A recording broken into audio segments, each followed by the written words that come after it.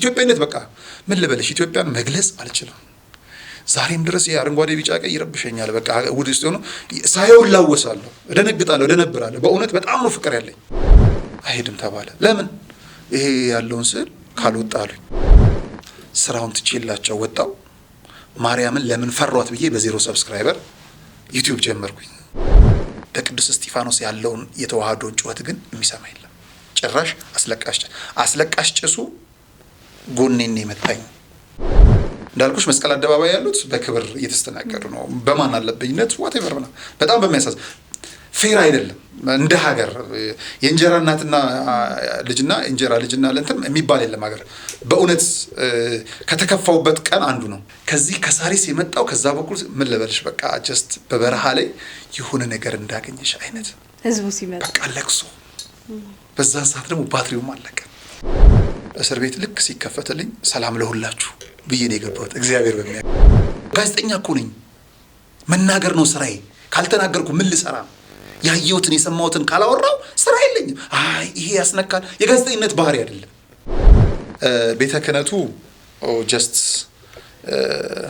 ፖለቲካ መሽተት ከጀመረ ቤተ መንግስቱ የማዕጠንቱን መሽተት ከጀመረ ቦታ ተቀያይሯል ለዛ ነው ስለዚህ ቤተ መንግስቱ ውስጥ የጣን ይሸታል የቤተ ክህነት ውስጥ ደግሞ የሆነ ፖለቲካ ነገር ቦታ የተቀያየረ ነገር አለ አሁን ለእንጀራ ስል ነው የሚል ካህን ካለ እግዚአብሔርን ይረሳዋል ለቃሉ ስል ነው ግን ካለ ቃሉ ይመግበዋል ቃሉን ትቶ ለእንጀራ ያለ ነው ካለ አሁን የምናያቸው ትርምስ ውስጥ ገባን አሁን አንዱን አምላክ ለስንት እንደከፈልነው ማላቅም እኮ ለብዙዎቻችን ሃይማኖት ሳለን ሃይማኖተኛ አይደለንም ዛሬ ላይ እኮ ስንት መንበር እናቋቁም እኮ እየተባለ ነው ለአንድ ጌታ ለምሳሌ ወደ አማራው ስንነሳ እንዋጋ በለው ይላል አይደል ከዛ ደግሞ ወደ ኦሮሚያ ስንት ፔሳያ ሳንቲም የወሶዳቴ ነጥብ ይላል ከፈራህ ንገረኝ ይላል በቃ ይወጣልን ነው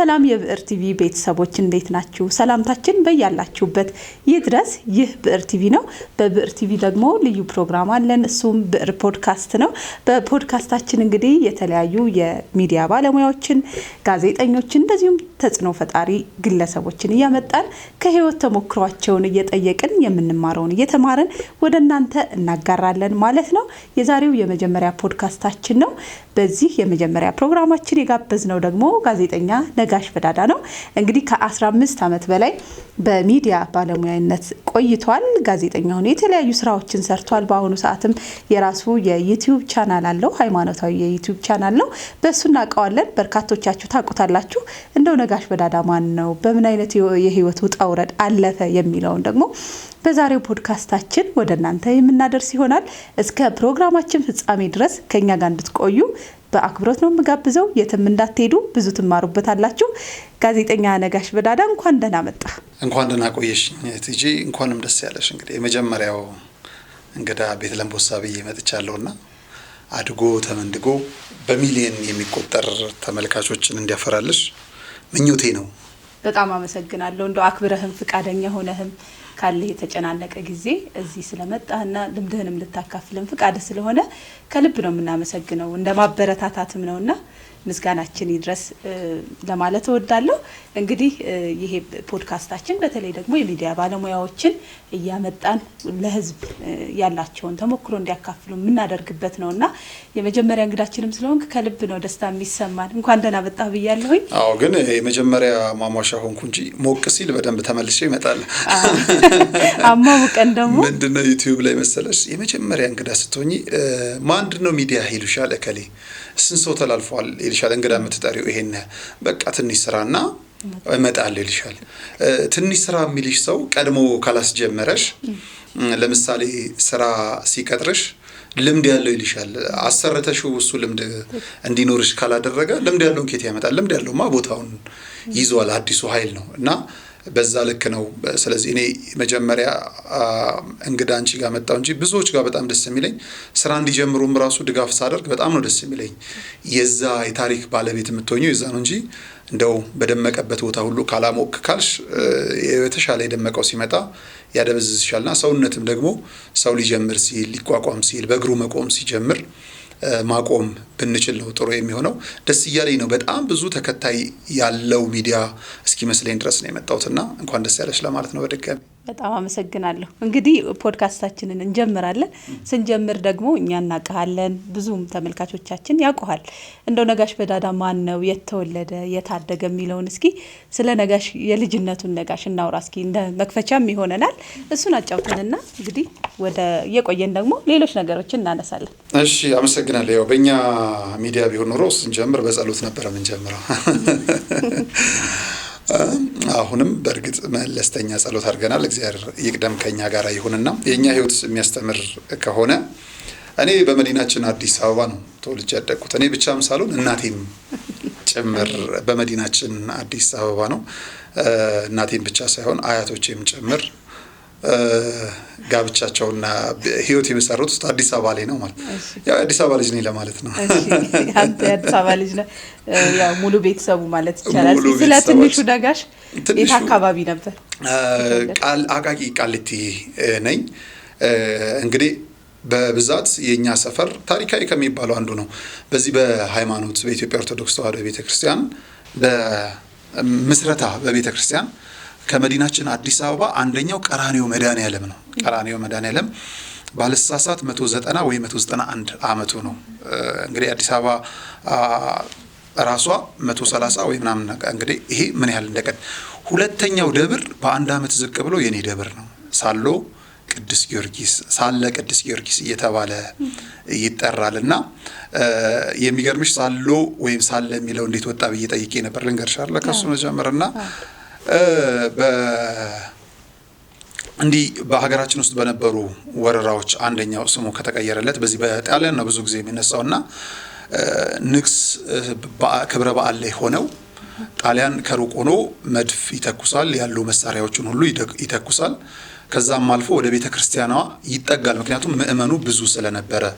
ስለዚህ ያንን ያዩ ምእመናኖች እንደነገሩኝ አባቶች ማለት ነው ጣሊያን ወይም ደግሞ ጠላት እየመጣ ነው፣ ታቦቱን አስገብተን ቶሎ ህዝቡ ቢበተን የሚል ሀሳብ አላቸውና ሳለ ጊዮርጊስ ምን እንሆናለን?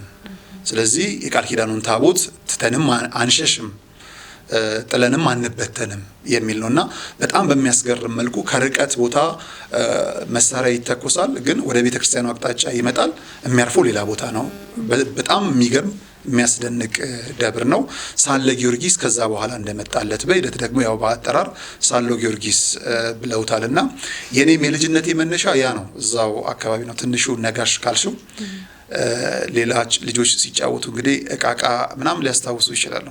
የኛ የልጅነት ጨዋታ ቤተክርስቲያን ዙሪያ ስለነበረን የሚነገረውም የእከሌ ልጅ እኮ ዲያቆን ነው፣ የእከሌ ልጅ እኮ የአብነት ተማሪ ነው፣ እንደዛ ነው የሚባለውና በአካባቢያችን ያለንም አርሶ አደር በጣም ጥቂት ነው። የአርሶ አደር አካባቢ ስለሆነ ከ4 ከ5 አያንስም። እዛ ቤተሰብ ውስጥ ያለን እንደ ቅርንጫፍ ብዙ ያለ ነው። ሌላ ከውጪ የመጣ አለ የምትይው የለም። ከጎረቤትም እንደ ልጁ እንደ ራሱ አድርጎ ምናልፋሽ ከላይ እስከታች የምንተዋወቅ ማህበረሰቦች ነው። አንድ ቤተሰብ ነው እዛው አካባቢ። ለምሳሌ በትንሹ ስንቆጥር አንድ ጉዳይ ላይ የኛ ቤተሰብ ወንዶች ብቻ ያክስት ልጆች 24 ነን፣ ሴቶች ወደ 17 ናቸው። ያክስት ልጆች ማለት ነው። ያክስት ልጅ ደግሞ ስትጨምሪበት አስቢ በአንድ አካባቢ ላይ ነን ማለት ነውና እዛ ቤተክርስቲያን የአብነት ትምህርት ቤትን ስማር ነው ያደግኩት።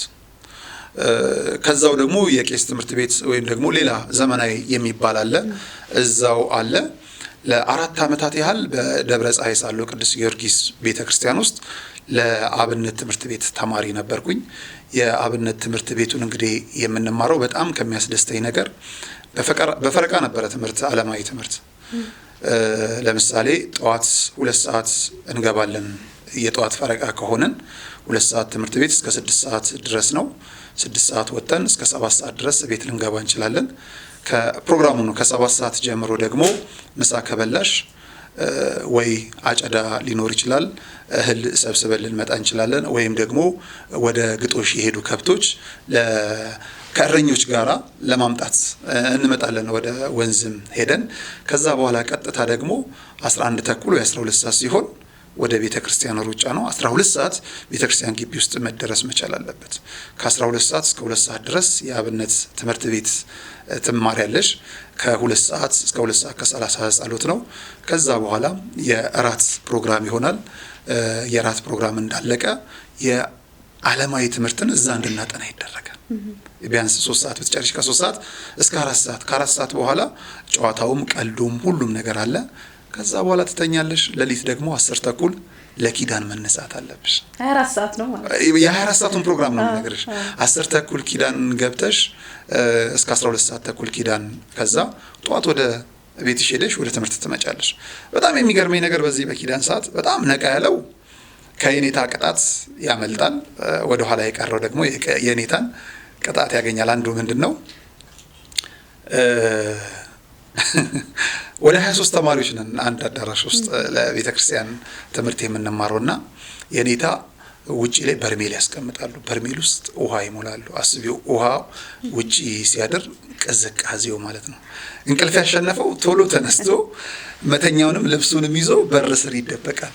ቶሎ ያልተነሳው ያው ተቀርቶ በውሃ ነው የሚቀሰቀስ እና እንቅልፍሽ በዛ ላይ ደግሞ ጨለማ ነው። ስትደናበር ያለው ነገር እንድትነቂ ነው። አሁን አድገሽ ደግሞ ስታየው እንደ አንድ ትዝታ ነው። በጣም የሚያስደስት የልጅነት ጊዜ ነበረኝ። ያልባከነ ስለሆነ በጣም ያልባከነ የልጅነት ጊዜ ሌላ ቦታ አላውቅም። ትልቅ ጨዋታ ተጫውቼ የማስበው አትሌቶቻችን ትዝ ይለኛል። በኢትዮጵያ አትሌቶች በተለያዩ ውድድሮች እንትን ሲመጡ ውጤት ሲያመጡ የዛን ሰሞን ደግሞ እስቲ ሩጫ እንሞክር ብለን ጀስት ሁሉ ነገር ተደርጎ ሰፈር ከዚህ የዘለለ ሌላ ልጅነትን የሚያባክን ሌላ ነገር ውስጥ የሚያስገባ ምንም አልነበረኝም። ይሄ መጫወቱ ምናምን አልነበረም። ሞር ወደ ቤተክርስቲያኑ ነበር። የቤተክርስቲያኑ ላይ ነው የነበርነው በልጅነት።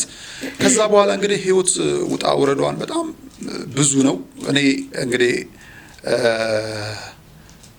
እንደ ማንኛውም ኢትዮጵያዊ በጣም ብዙ መራር ነገሮችን አሳልፈናል። ማንኛውም ኢትዮጵያዊ እድሉን አግኝተሽ ብትጠይቂው በተመቸ ሁኔታ ውስጥ ያለፈ የለም።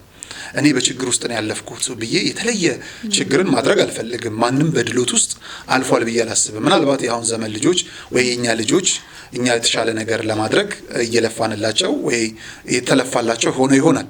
ከዛ ውጪ ግን ተመሳሳይ በሚባል ደረጃ ምናልባት የአንዳችን ችግር ከአንዳችን እኩል በሆነበት ደረጃ ያሳለፍንበት ነው።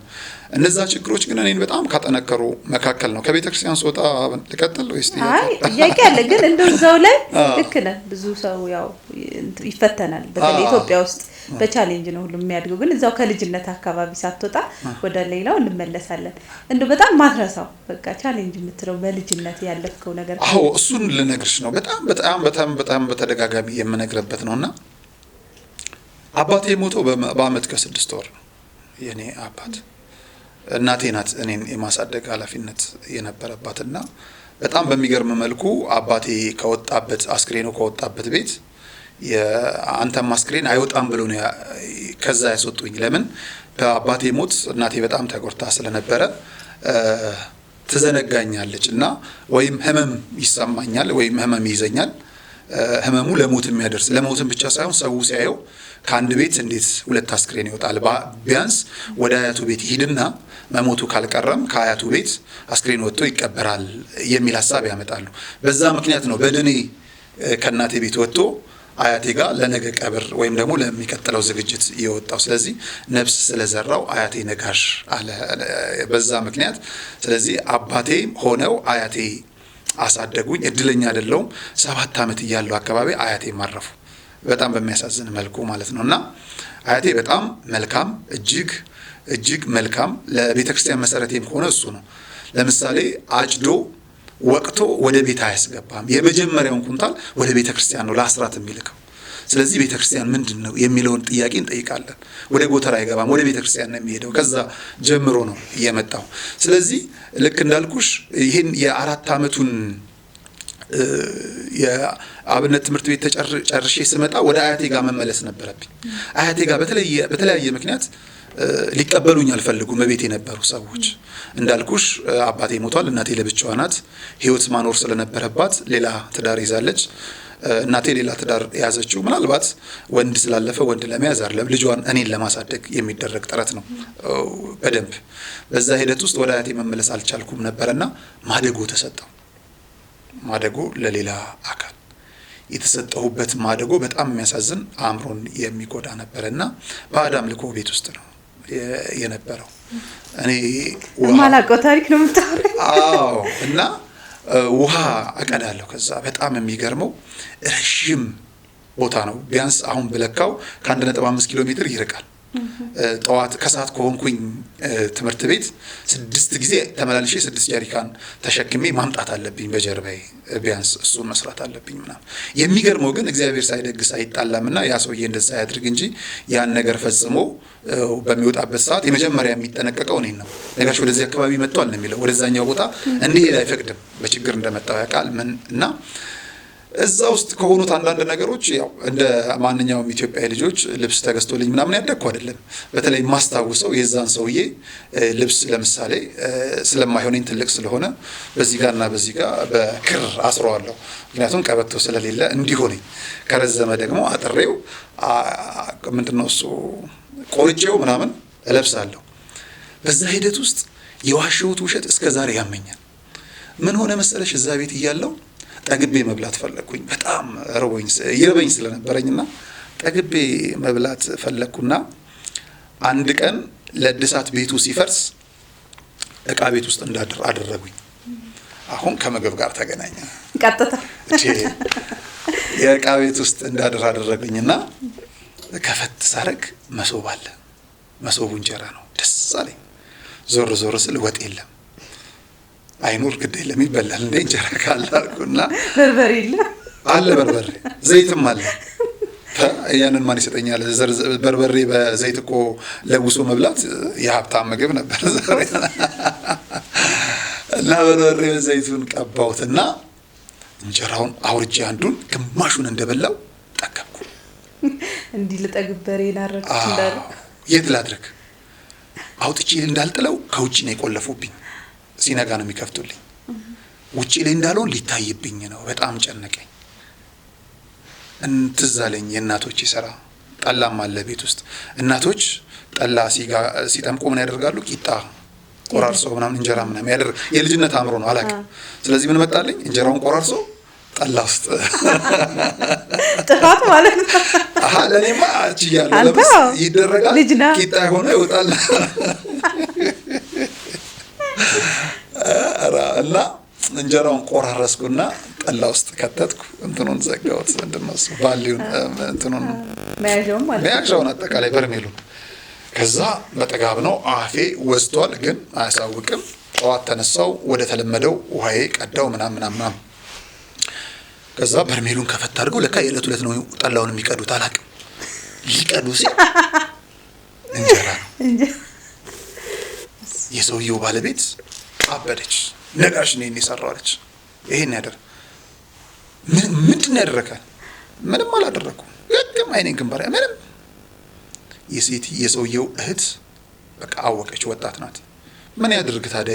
ሰው እያራስ ራባችሁ ነፍሷን በገነት ያኖርልን። እንደ ሞተች ሰምቻለሁ። ይቺ ልጅ ምን ያደርጋችሁ ታዲያ? ሰው እያስራባችሁ መፍትሄ ነው ያለውን አደረገ። በቃ ተውታ የሚል ነገር ዛሬም ጭንቅላቴ ውስጥ ያቋጭል እና በህይወቴ ከሚያስጠላኝ ከሚያናድደኝ ውሸት ይሄ ነው። የዛን ቀን እርቦኝ ለምን አልበላሁም በላሁ ለምን አላልኩም ብዬ በህይወቴ ከሚያናድደኝ ውሸት እሱን ለምን አላደረኩም የምለው። ያው በዛ ሰዓት ማድረግ አልችልም። ይሄ ነበር። ከዛ በኋላ ራሴን ሳየው ከዛ መውጣት እንዳለብኝ አወኩ። በጣም ጎበዝ ሆንኩኝ። በነገራችን ላይ ጨርቃ ጨርቅ የሚባል ትምህርት ቤት ነበር የተማርኩትና ጨርቃ ጨርቅ የሚባል ጥሩ ጎበዝ ተሳትፎ አለኝ። በድራማ በስነ ጽሁፍ መድረክ በመምራት በምናምን።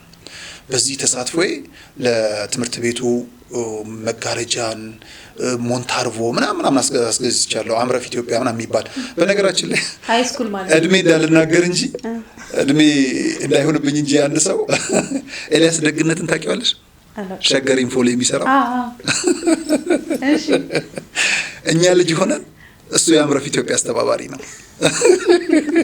የሱን ይፋርጋል ቆጥሮ ይደርሱበት። በጣም እንድናነብ የሚያደርገን ነው። በጣም እንድናነብ የሚያደርገን በእውነት ለመናገር አራያችን ነው። አንባቢ ነው። በጣም ጎበዝ እና ሳየው ግን አሁን ገዝፌ እሱ ሀያት ነው የምመስለው በጣም በሚያገር እና ሌሎች ዜድ ምናምን የሚባሉ ነበሩና ከነሱ አገኘን። እዛ ውስጥ ስሟን ብጠራው ደስ የሚለኝ ጸዳ ለምትባል አንድ ሴትዮ ኤንጂኦ ያላት አለች። ወደ ትምህርት ቤቱ መጣች። ከትምህርት ቤቱ ጋር ስትጠይቅ ፈጣን ሰው ፈልጋለሁ ሲሏት እኔን አገናኘችኝ። ምንድነው የተማሪ ትራፊክ ማሳለፍ። በቀን ስንት አለው? 30 ብር። ያኔ 30 ስንት ቀን ነው ማሳለፈው? 5 ቀን።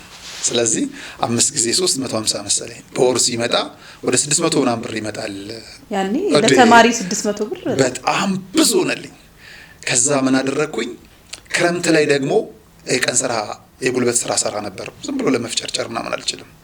መስከረም ተማሪ መሆኔን ሲያቅ ያሰራኝ የነበረው ሰውዬ ቅዳሜ እየመጣ ሚስማር አጣም የተጣመመውን ታቃናለህ ይለኛል። በኪሎ 1 ኪሎ ከሰራው 2 ኪሎ ብሎ ይመዘግብልኛል። 2 ኪሎ ከሰራው 4 ኪሎ ብሎ ይመዘግብልኛል። ከዛ ቅዳሜ ጭራሽ የሰራሁትን እሁድም ይይዝልኝ ጀመር ማለት ነው።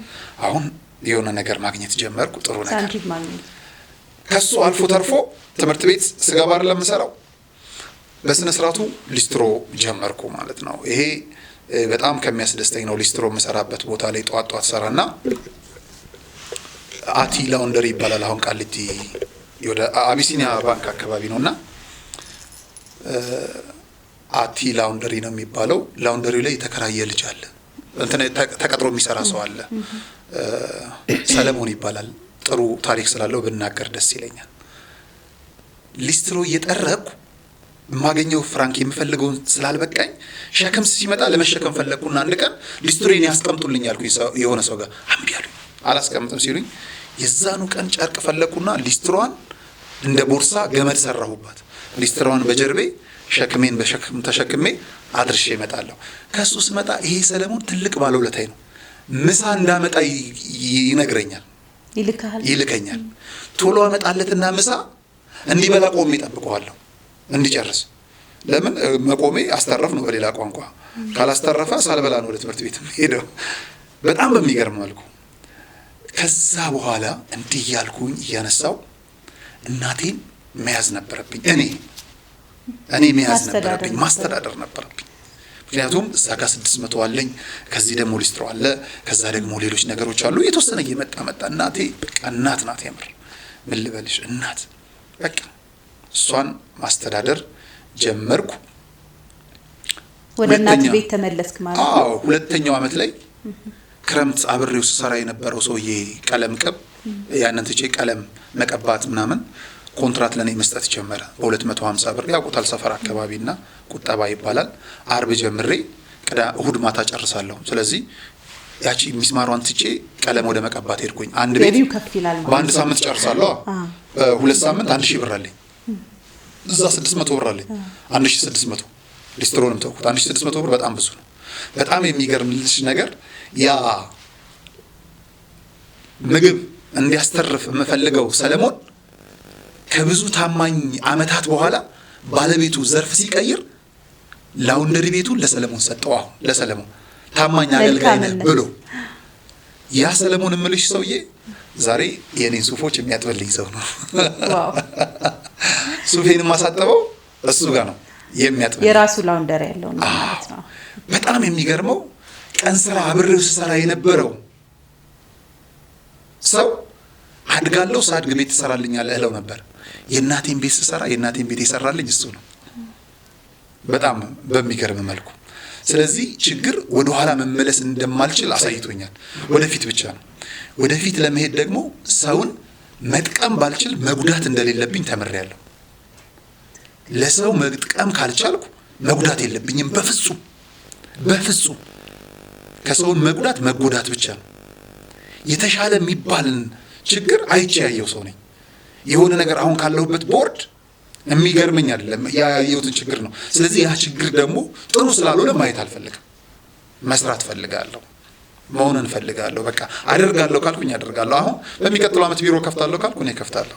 ታቅዳለህ፣ ታሳካለህ። ሁሌ ምን ነው የሆነ ነገር አደርጋለሁ ካልኩኝ ከመብርሃን ጋር አደርጋለሁ። ለምን በጣም በብዙ ከልላኛለች። ዛሬ እዚህ ለመድረሴ መብርሃን በጣም ብዙ ነገሮችን ሸፍናኛለች እንዳልኩሽ ከዛ ከወደቀ ስፍራ አንስታኛለች ልሰናከል ከምችልበት ቦታ ጠብቃኛለች ሞራሌ ሊወድቅ የሚችልባቸውን ነገሮች እጅግ አሳልፋለች በነግርሽ ዋጋ የሌላቸው ግን መንገር ማልፈልጋቸው ደግሞ በጣም ብዙ ችግሮች ቢነገር ቂም ይዞ ስርቆት ምን ጸሎት ሳል ይዞ ስርቆት ስለማይባል አሁን ያለነው እንትን ላይ ነን ጸሎት ላይ ነን ክፉ ነገሮችን ማሰብ አልፈልግም ክፉ ያደረጉብኝ ሰዎች በህሊናዬም የሉ ያውቁታል ግን በህሊና የሉ ተተናል ግን አንረሳውም ቢሆንም ማንንም የለም በህሊናዬ ይሄ ሰው አስቀይሞኛል ብዬ አይኑን ባላየው የምለው ሰው የለኝም በህይወቴ ምናልባት እኔ ያስቀይማቸው አይኑን ባላየው የሚሉ ሊኖሩ ይችላሉ ይቅርበሉኝ ለማለት ነው ጾም ስለሆነ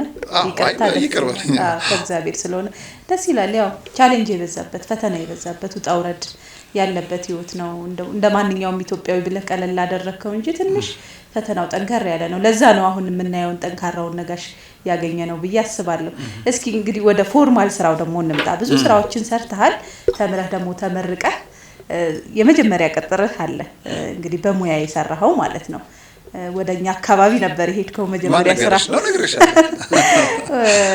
የተለያዩ ስራዎችን ተሰራ ነበር በኢንጂነሪንጉ ይመስለኛል ሰርቬይንግ ላይ ነው የሰራኸው እስኪ የመጀመሪያ ስራህን አንስተን ወደ ቀጣዮቹ በስፋት እንሄዳለን ይገርምሻል ገላን ኮንዶሚኒየም ታውቂያለሽ ገላን ኮንዶሚኒየም በጣም በሚገርም 5 ተለማማጅ ሰዎች ነን ይሰራ ነው ሰርቪንጉን ያስቀመጥነው ከአንድ ሲኒየር ባለሙያ ከአዲስ አበባ ቤቶች ኤጀንሲ በጣም በሚገርም መልኩ 5 ልጆች ነን የሰራ ነው አፓረንት ስንወጣ የመጀመሪያ ስራዬ እሱ ነው ማለት ነው ገላን ኮንዶሚኒየም ቁጥር 2ቱን ማለት ነው አሮጌ አዲሱ የሚባለው ሲሰራ ማለት ነው ስለዚህ ባለ ታሪክ ነኝ አትሊስት ያ አካባቢ አሁን ያንን አካባቢ ለመናገር በደንብ ሞራሉም አለኝ የሚገርምሽ ነገር አሁን የምታያቸው ህንጻዎች አሁን አይደሉም ሙሉ ድፍን ያለ እርሻ በጣም ድብን ያለ አዲስ አበባን በተወሰነ መልኩ መናገር የምችላቸው ባዶ ነበር ያለው ኧረ በስማ ምንም እና ያ ነው ከዛ በኋላ እንግዲህ ተመርቀን እንደወጣን ማን እንደደወለልኝ አላውቅም ብቻ ግን የሆነ ሰው ደወለና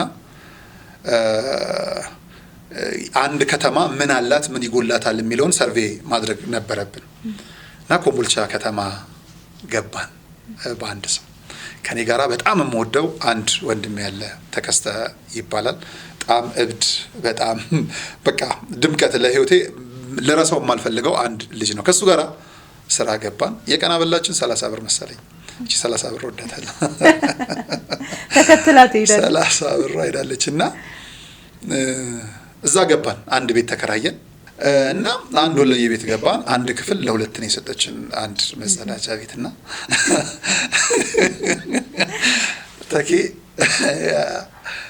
የሆነ ነገር ሲፈጠር ወደ ውጭ መውጣት ይፈራል ቶይሌቱ ውጪ ነበር ስለዚህ አልወጣም ብሎ ሁለተኛ ቶይሌት ያለበት ተሰጠን እሱ ለምን እንደሆነ ነግርሻለሁ ይቺ ወለየ አሁን ባገኛት በያስባለሁ ቦታውንም አላውቅም ረስተኸዋል ነው አዎ ባገኛት ምን ያህል የደግነት ጥግ እንደሆነ አላውቅም ሰው ብር ከፍሎ አከራይቶ በዛ ነው ያህል ደግነት ደግሞ አይቻላል ልብስ ታጥብልን ነበር ልጆችንና በጣም በቃ ልጅ እንደተመረቃችሁ አዎ በቃ የሆቴሉን ከፍለናል እኮ ምንም አይተበቀብ ልብስ ቡና ታፈላለች ባለቤቷ ይመጣል አይዟችሁ ይለናል በርቱ እንዳትፈሩ ያበረቱናል ምግብም ጭምር ይሰጥ ሂሳቡን ብታስቢው አይዋጣም ግን አየሽ ፍቅር ነው ሀገሩ ምንም በቃ ፍቅር ነውና ያን የሰጠችን እህት ያችን የሰጠችን እናት እንዴት ላገኛት አላውቅም ከዛ እዛ ስንገባ የምግብ ነገር ቸገረን ያው ፍለፊት ላይ የነበረው ከሃይማኖት ጋራ ምግብ ቤት ብዙ አልነበረም በወቅቱ ሂክማ ታውቂያታለሽ ሂክማ የሚባል ካፌ አለ ወደ ላይ ወደ ባቲ መገንጠያ ላይ አዳውና አንድ ያየነው እሱ ነው ሂክማ ጋር እንሄዳለን ዳቦ በርጎ ጾም የሆነ ቀን ዳቦ በሻይ ጥሩ ቫራይቲ ነው ማለት እሳን ያደረገን ከዛ ነው የጀመርነው በጣም ቆይቶ ነበርና አንዳንድ እዛ ማንሳት የማልፈልገው ነገር ደግሞ ነበር እንደዚሁ እሱ ይግድ የለም ከዘመን ጋር የሚሆን ስለሆነ ንቅርና አንድ ባለባጃጅ ቀጠርን በቀን ኮንትራት አብሮን የሚዞር የግዴታ ነው የኮምቦልቻን እያንዳንዷን መሬት እያንዳንዷን መግቢያ መውጫ እየገባን ነው በማፕ ያየን የምንሰራው። ለምሳሌ ዋናው መንገዱ አስፋልት ነው ወይስ ፒስታ፣ ደረጃ ስንት ነው፣ መንገድ ካለ መብራት ካለው በስንት ሜትር ውስጥ ስንት ይቀረዋል፣ የኛን ሐሳብ እያሰፈርን ለምን ዘመናዊ ማስተር ፕላን ለመስራት እንትን እየሰራን ነው፣ ሰርቬይ እያደረግን ነው ሁሉን ነገር። ከዛ በዚህ በሂክማ በኩል መተሽ በድሮ አስፋልት ወርደሽ ወደ እንትን ቦርከና ወንዝ ወደ መሄጃው አለ፣ በሰንሰል አጥሮች ናቸው። ወደዛ ገብተን እየሰራን ስንመጣ አንድ ቃሬዛ የተሸከሙ ሰዎች መጡብን ማለት ነው። ቃሬዛው ላይ እንዲህ ይንቀሳቀሳል ያለው ነገር ምንድን ነው? አይ ሰው ሞቶብን አስክሬን ነው። የመጀመሪያ አስክሬን እዛ ላይ ደንግጬ ማለት አስክሬን ይንቀሳቀሳል፣ ቃሬዛው ላይ እንደዛ ይንቀሳቀሳል። ከዛ እንዴት ተንቀሳቀሰ? ገና አርፎ ለማዘገጃጀት እየወሰዱ መሰለኝ። እና በጣም ነው የምር ሰውነትንም ቆም ብዬ እንዳይበት ለካ ይሄ የሚቆም ሰው በቃ ይሄንን ብዬ እንዳስብም ያደረገኝ አንዱ አጋጣሚም ጭምር ነው። የመጀመሪያ አስክሬን እንደዚህ ያየሁት እዛ ነው። ከዛ የዚህ የወሎን ደግነት ያው ልነግርሽ አልችልም። እዛ ችግር ውስጥ የገባ ነው ሰው ስላልጠየቀን ነው። ሰው ብንጠይቅ ኑሮ ያ አይሆንም። አሳዩን ብንል ኑሮ ምን ሆኖ ነው ግን ባለባጃጁስ ያላሳየን? ምናልባት የደግነት ጥግ ሊሆን ይችላል፣ ከምርጫቸው ላይ አልገባም ሊሆን ይችላል። ሄደን ወደ ቢጂአይ አካባቢ ስንደርስ ሌላ ዓለም ነው። ኮምቦልቻ ወደ ላይ እየተጠጋን ያለነው ወደ ማዘጋጃ ቤት። እኛ ከኋላ ነው የጀመርነው፣ ምክንያቱም አናቆም፣ ለሀገሩ እንግዳነን፣ ለሀገሩ ባዳነን። ከኋላ ጀምረን እየጠረጋችሁ ሂዱ ነው የተባለው። ለወክ እንኳን እኮ ስራችን ከጨረስን በኋላ አንወጣም ማለት ስናየው ኮምቦልቻ ሌላ ታሪክ ነው።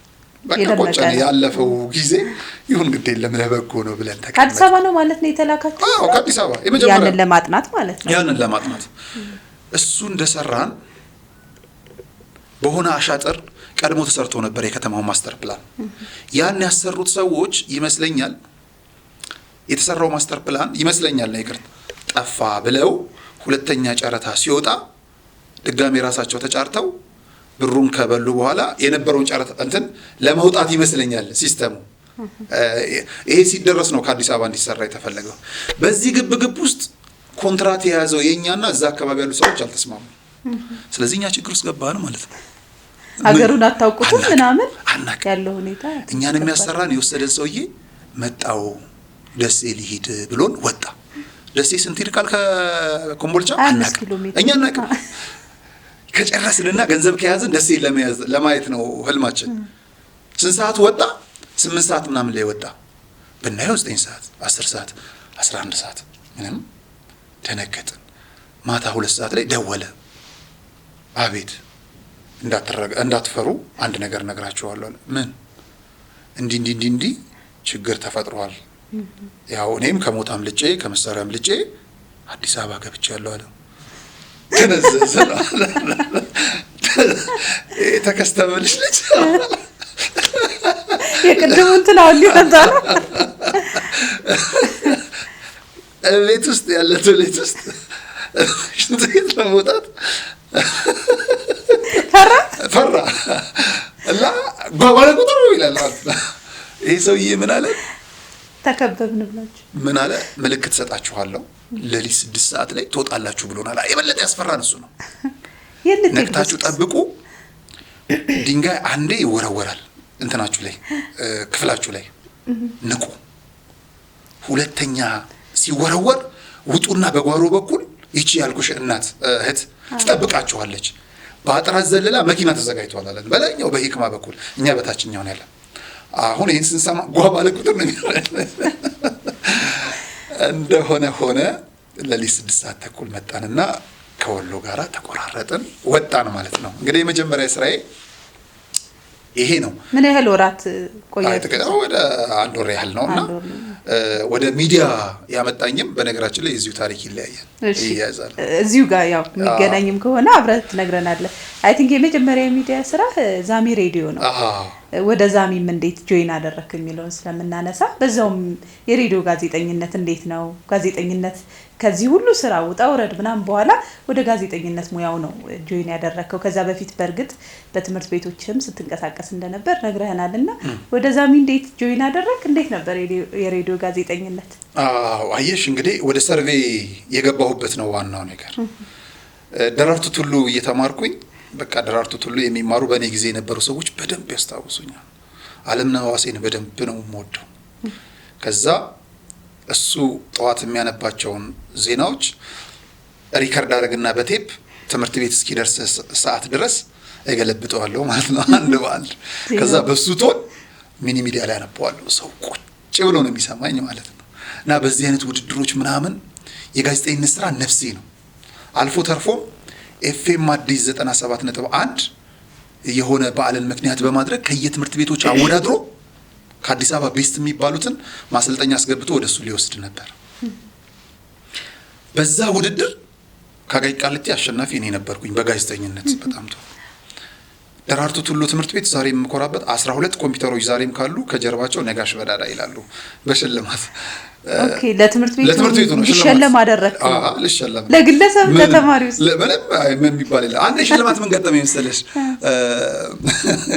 መምህር ሞገስ ደስ በጣም የምወደው የእንግሊዘኛ መምህር ነው እና በጣም ነው የምወደው።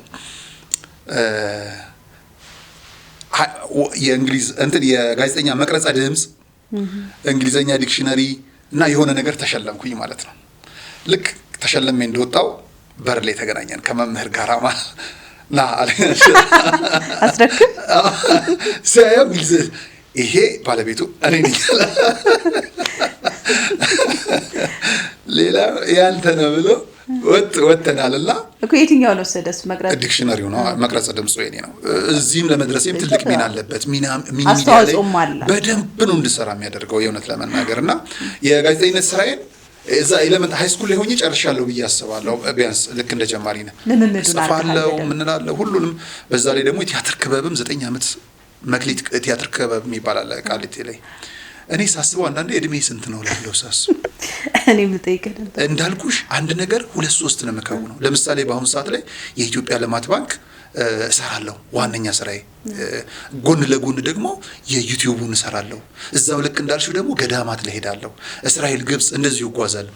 ይሄ እድሜ አይጠይቅም ማለት ነው።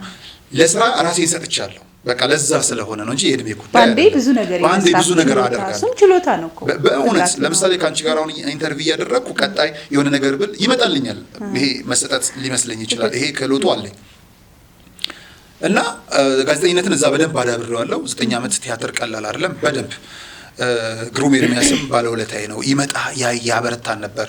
ወወክማ መጥቼ ቲያትር እንድማር ትልቁን ድርሻ የተወጣው ግሩም ኤርሚያስ ነው። ዛሚ ሬዲዮ ላይ የዝነኞች ጨዋታ በሚለው መጥቶ አመስግኘዋለሁ።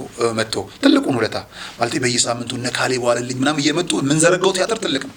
በጣም አፕሪሼት አድርገውን ወወክማ ቲያትር አስተምሮኛል። ዋቴቨር ወደ ጋዜጠኝነቱ እንዴት ገባህ ለሚለው እንመለስና ከኮምቦልቻ ስመጣ ብር ይዣለሁ የተወሰነ። ኢቲቪ 3 የሚባል ነበር በፊት። ኢቲቪ 3 ላይ ፕሮግራሙንም ልጅቷንም ማንሳት አልፈልግም። አንድ ፕሮግራም ይተላለፋል። አንድ ፕሮግራም ሳያት ሴቷ ብቻዋን ናት።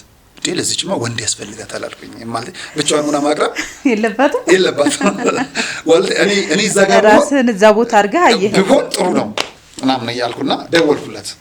ስደውልላት አይ ከዚህ ከሚያሰራኝ ወጥቻለሁ። 10,000 ብር ከልክሏት ነው የወጣችው። ወጥቻለሁ 10,000 ብር ነጋሽ እመን የሻይ መጠጫችን ይሆናል እና ድርጅት እንክፈት አለችኝ ማለት ነው። እሺ ያልኳትና ድርጅት የማስታወቂያ ድርጅት ከፈትን። ምን ኢቨንት ኦርጋናይዝ ማድረግ ምንም የለም። እኔ ብራለኝ ብዬሻለሁ። ይህቺ ልጅ አንዴ ትዝ ከሚለኝ ከፒያሳ ስትመጣ ታክሲ ያታ ፍላሚንጎ ጋር ጠብቀኝ ብላኝ ስትወርድ ከታክሲ እኔ ሁሉ ከፍላለሁ ማለት ነው። ከዛ ስንሰባሰብ ምናምን አንድ ስራ መጣ። ኤግዚቢሽን ማዕከል ላይ የዚህ በዛ መጥቀስ ስለማልፈልግ ኤግዚቢሽን ስራ ላይ ስራ መጣ። ያ ስራ ትልቅ ስራ ነው። ተነጋገር ትልቅ ስራ ነው አለ። እሺ ነጋሽ ስናድግ እኔ ማለት ለራሴ የቤት መኪና ከገዛው አትሊስት ለስራ የሆነ መኪና ስንገዛ አንተ ትይዘዋለህ። ይሄን ያህል ነው ውላችን። መጣን እንዴት እንስራ ተባባለን። አቅም የለንም፣ ብር የለንም። ስራው መጣ። መለጣጠፍ ነበረብን። መርካቶ በየሱቁ ምናምን ሄደን ነጋዴዎችን መዝገብ ነበረብን። እንዳልኩሽ ወንዶች 24 ነን አላልኩሽም? ከቤት ለዚህ ጊዜ ካልሆናችሁ ኑ አልኩና እናቴ ሙቅ እያፈላች ሙቅ ይዘን ለመለጠፍ ግርግዳ ላይ ለመለጠፍ ምናምን ከአክስቶቼ ልጆች ጋር ምናምን ስራውን ሰራን በሚገባ ጨረስ ነው። ስራው ካለቀ በኋላ ቢሮ ተከራይተናል ብላኛለች። ስራ ጥሩ ስለመጣ እኔ በእኔ ህሊና ውስጥ 100,000 ብር ካተረፍን 25,000 ብሩ አትሊስት የምንከፍለው ነው ቫት ምናምን ሊሆን ይችላል። 50,000 ብር 40,000 ብሩ ለሷ ነው። 15,000 ብር እኔ ያገኛለሁ።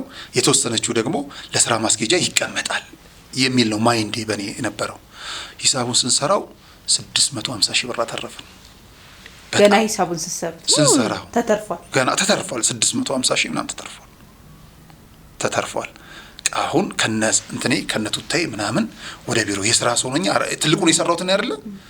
ልክ ቢሮ ልገባ ስል ቪትስ መኪና ቆማለች። አባባይቺ መኪና የማናት? የከሌት ናት ምናምን አለኝ። አብራኛ ያለችው አለች። ዋው ደስ ይላል። በቃ መኪና መግዛት ይችላል። ካሁን በኋላ በቶታል ደክመም እንሯሯጣለን ብዬ በተስፋ ያለንበት ቢሮ ስንገባ የተከራየንበት ቢሮ ስንገባ ለቢሮ እንደማልመጥን እኔ ገባኝ። ቢሮ ያምራል፣ ደምቋል። እኔ በቶታ ነው ያለሁት።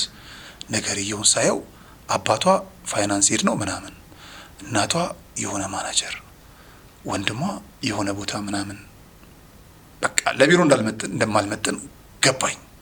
ደነገጥኩ። ያንተ ከመሆን ወጥቷል ማለት ነው ይቺ ነገር ምናምን ነገር ብዬ ደነገጥኩ። ቆምኩ። እሺ ያልኩና እሺ ሂሳብ የተወሰነ እንስራ ምናምን ስላት የምን ሂሳብ አለች። ጉድ በል ጎንደር አይደለም ደረሰኛለህ አለች። ለምኑ አልኳት። የሻይ የምከፍልበትን አለች። ጭንቅላቴን መታኝ። ስንት አልኳት። 30,000 ብር ከው አልኩ። እሺ ልጆቹንስ ምን ላደርጋቸው? ያክስቶች ገንዘብ አይደለ ትልቁ፣ ምን ላደርጋቸው? አይ እሱንም ደረሰኝ ካለ አለች። ደረሰኝ የለኝም። ይቺን 30,000 ብር ግን አንድ ቀን ሻይ መጠጫ እናደርጋታለን አልኳት። እሱ 10,000 ብር አለ ሻይ መጠጫ እናደርጋታለን ብዬ ወጣው። እግዚአብሔር በሚያውቀው ሳልቀበል ወጣው። በቃ እየተበሳጨው ምናምን ወጣው። ክው ሲለኝ አንድ ፌቨር ስሪልኝ አልኳት። በጋዜጠኝነት አይደል የተገናኘሁት? ካንቺ ጋር መሆን ፈልጋል። አዎ አንዱ ቦታ አስገብኝ ወይም አናግሪልኝ አልኳት፣ ስለምታውቅ ማለት ነው።